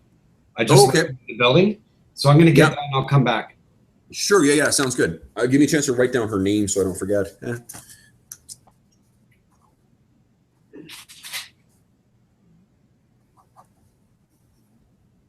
So you guys are all seeing this where Vendry has this kind of like, he's a pretty stoic, even for a Duros, he's quite stoic most of the time. But those of you who are in the more perceptive kind of, maybe Brent, you've inadvertently sense a stirring of emotion in him. Okay, I'll sort of like pick up and look at him. Yeah.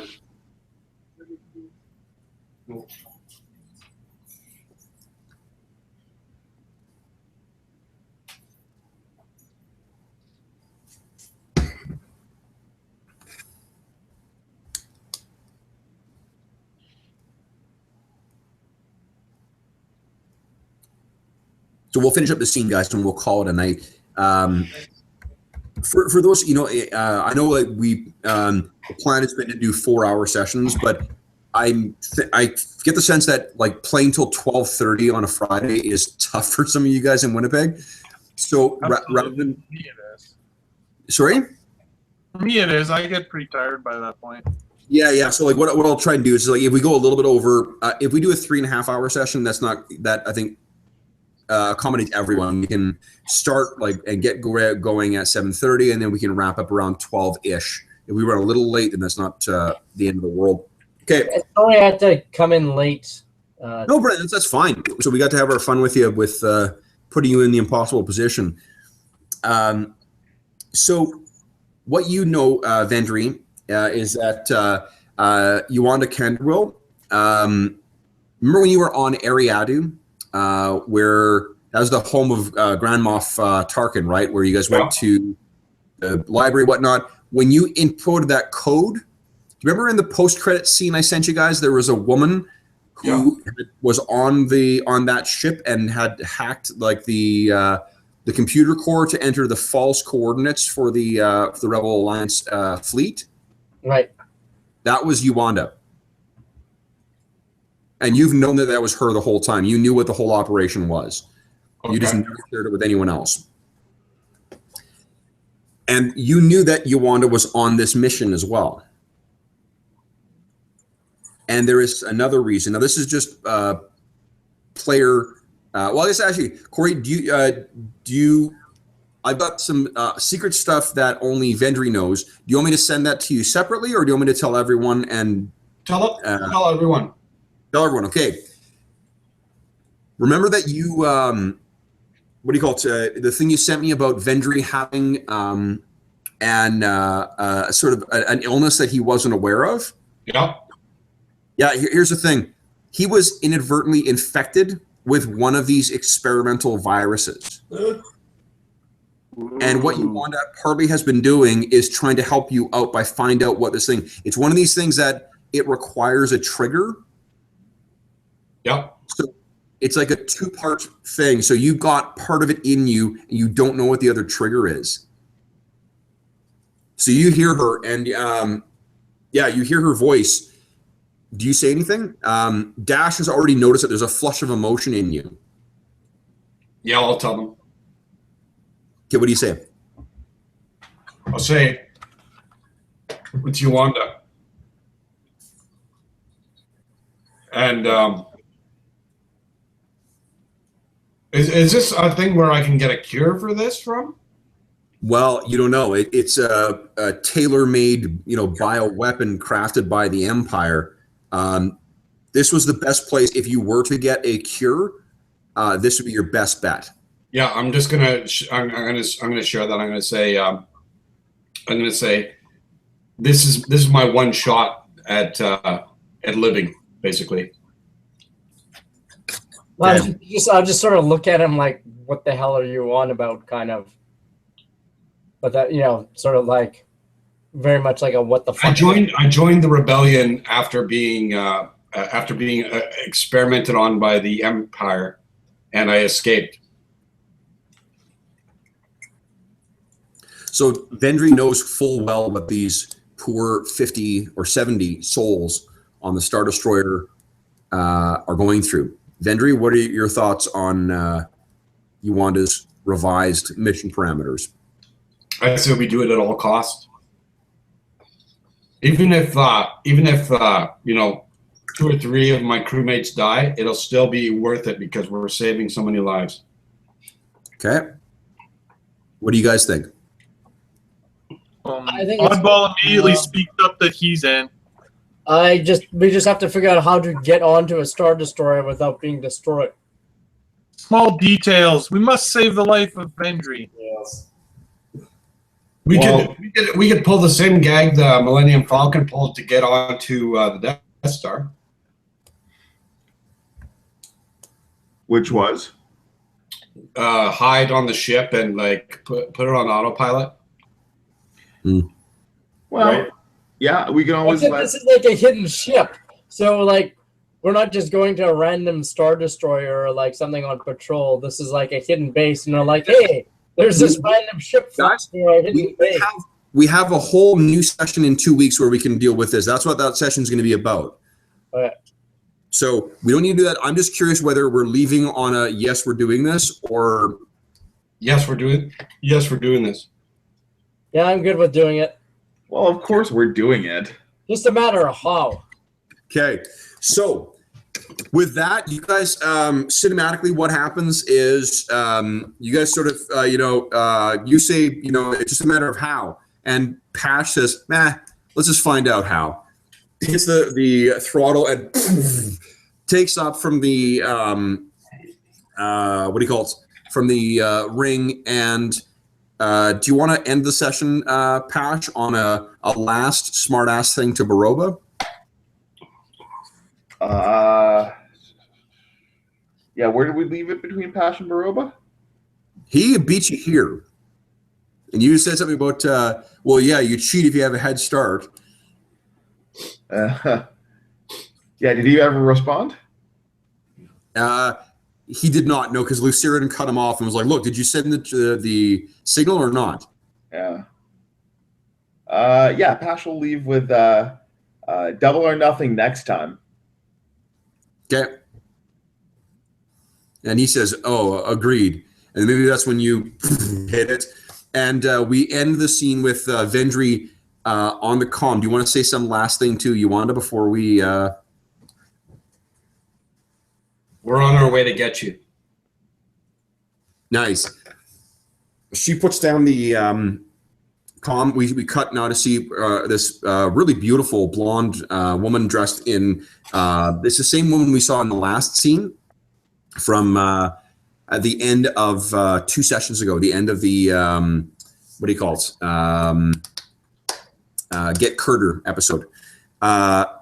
She puts down puts the secret to the con back in the hidden pouch that she had, and the door opens, and we see another Imperial scientist standing there with 2 stormtroopers flanking on either side.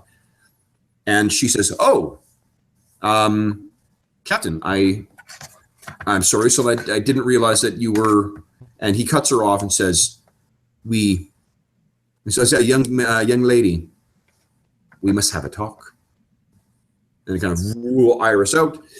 And that will be the end of that session. So for those listening at home, thanks so much for joining us for another episode of the Live from the Sword Coast podcast. We hope you enjoyed, and we will see you again in 2 weeks' time.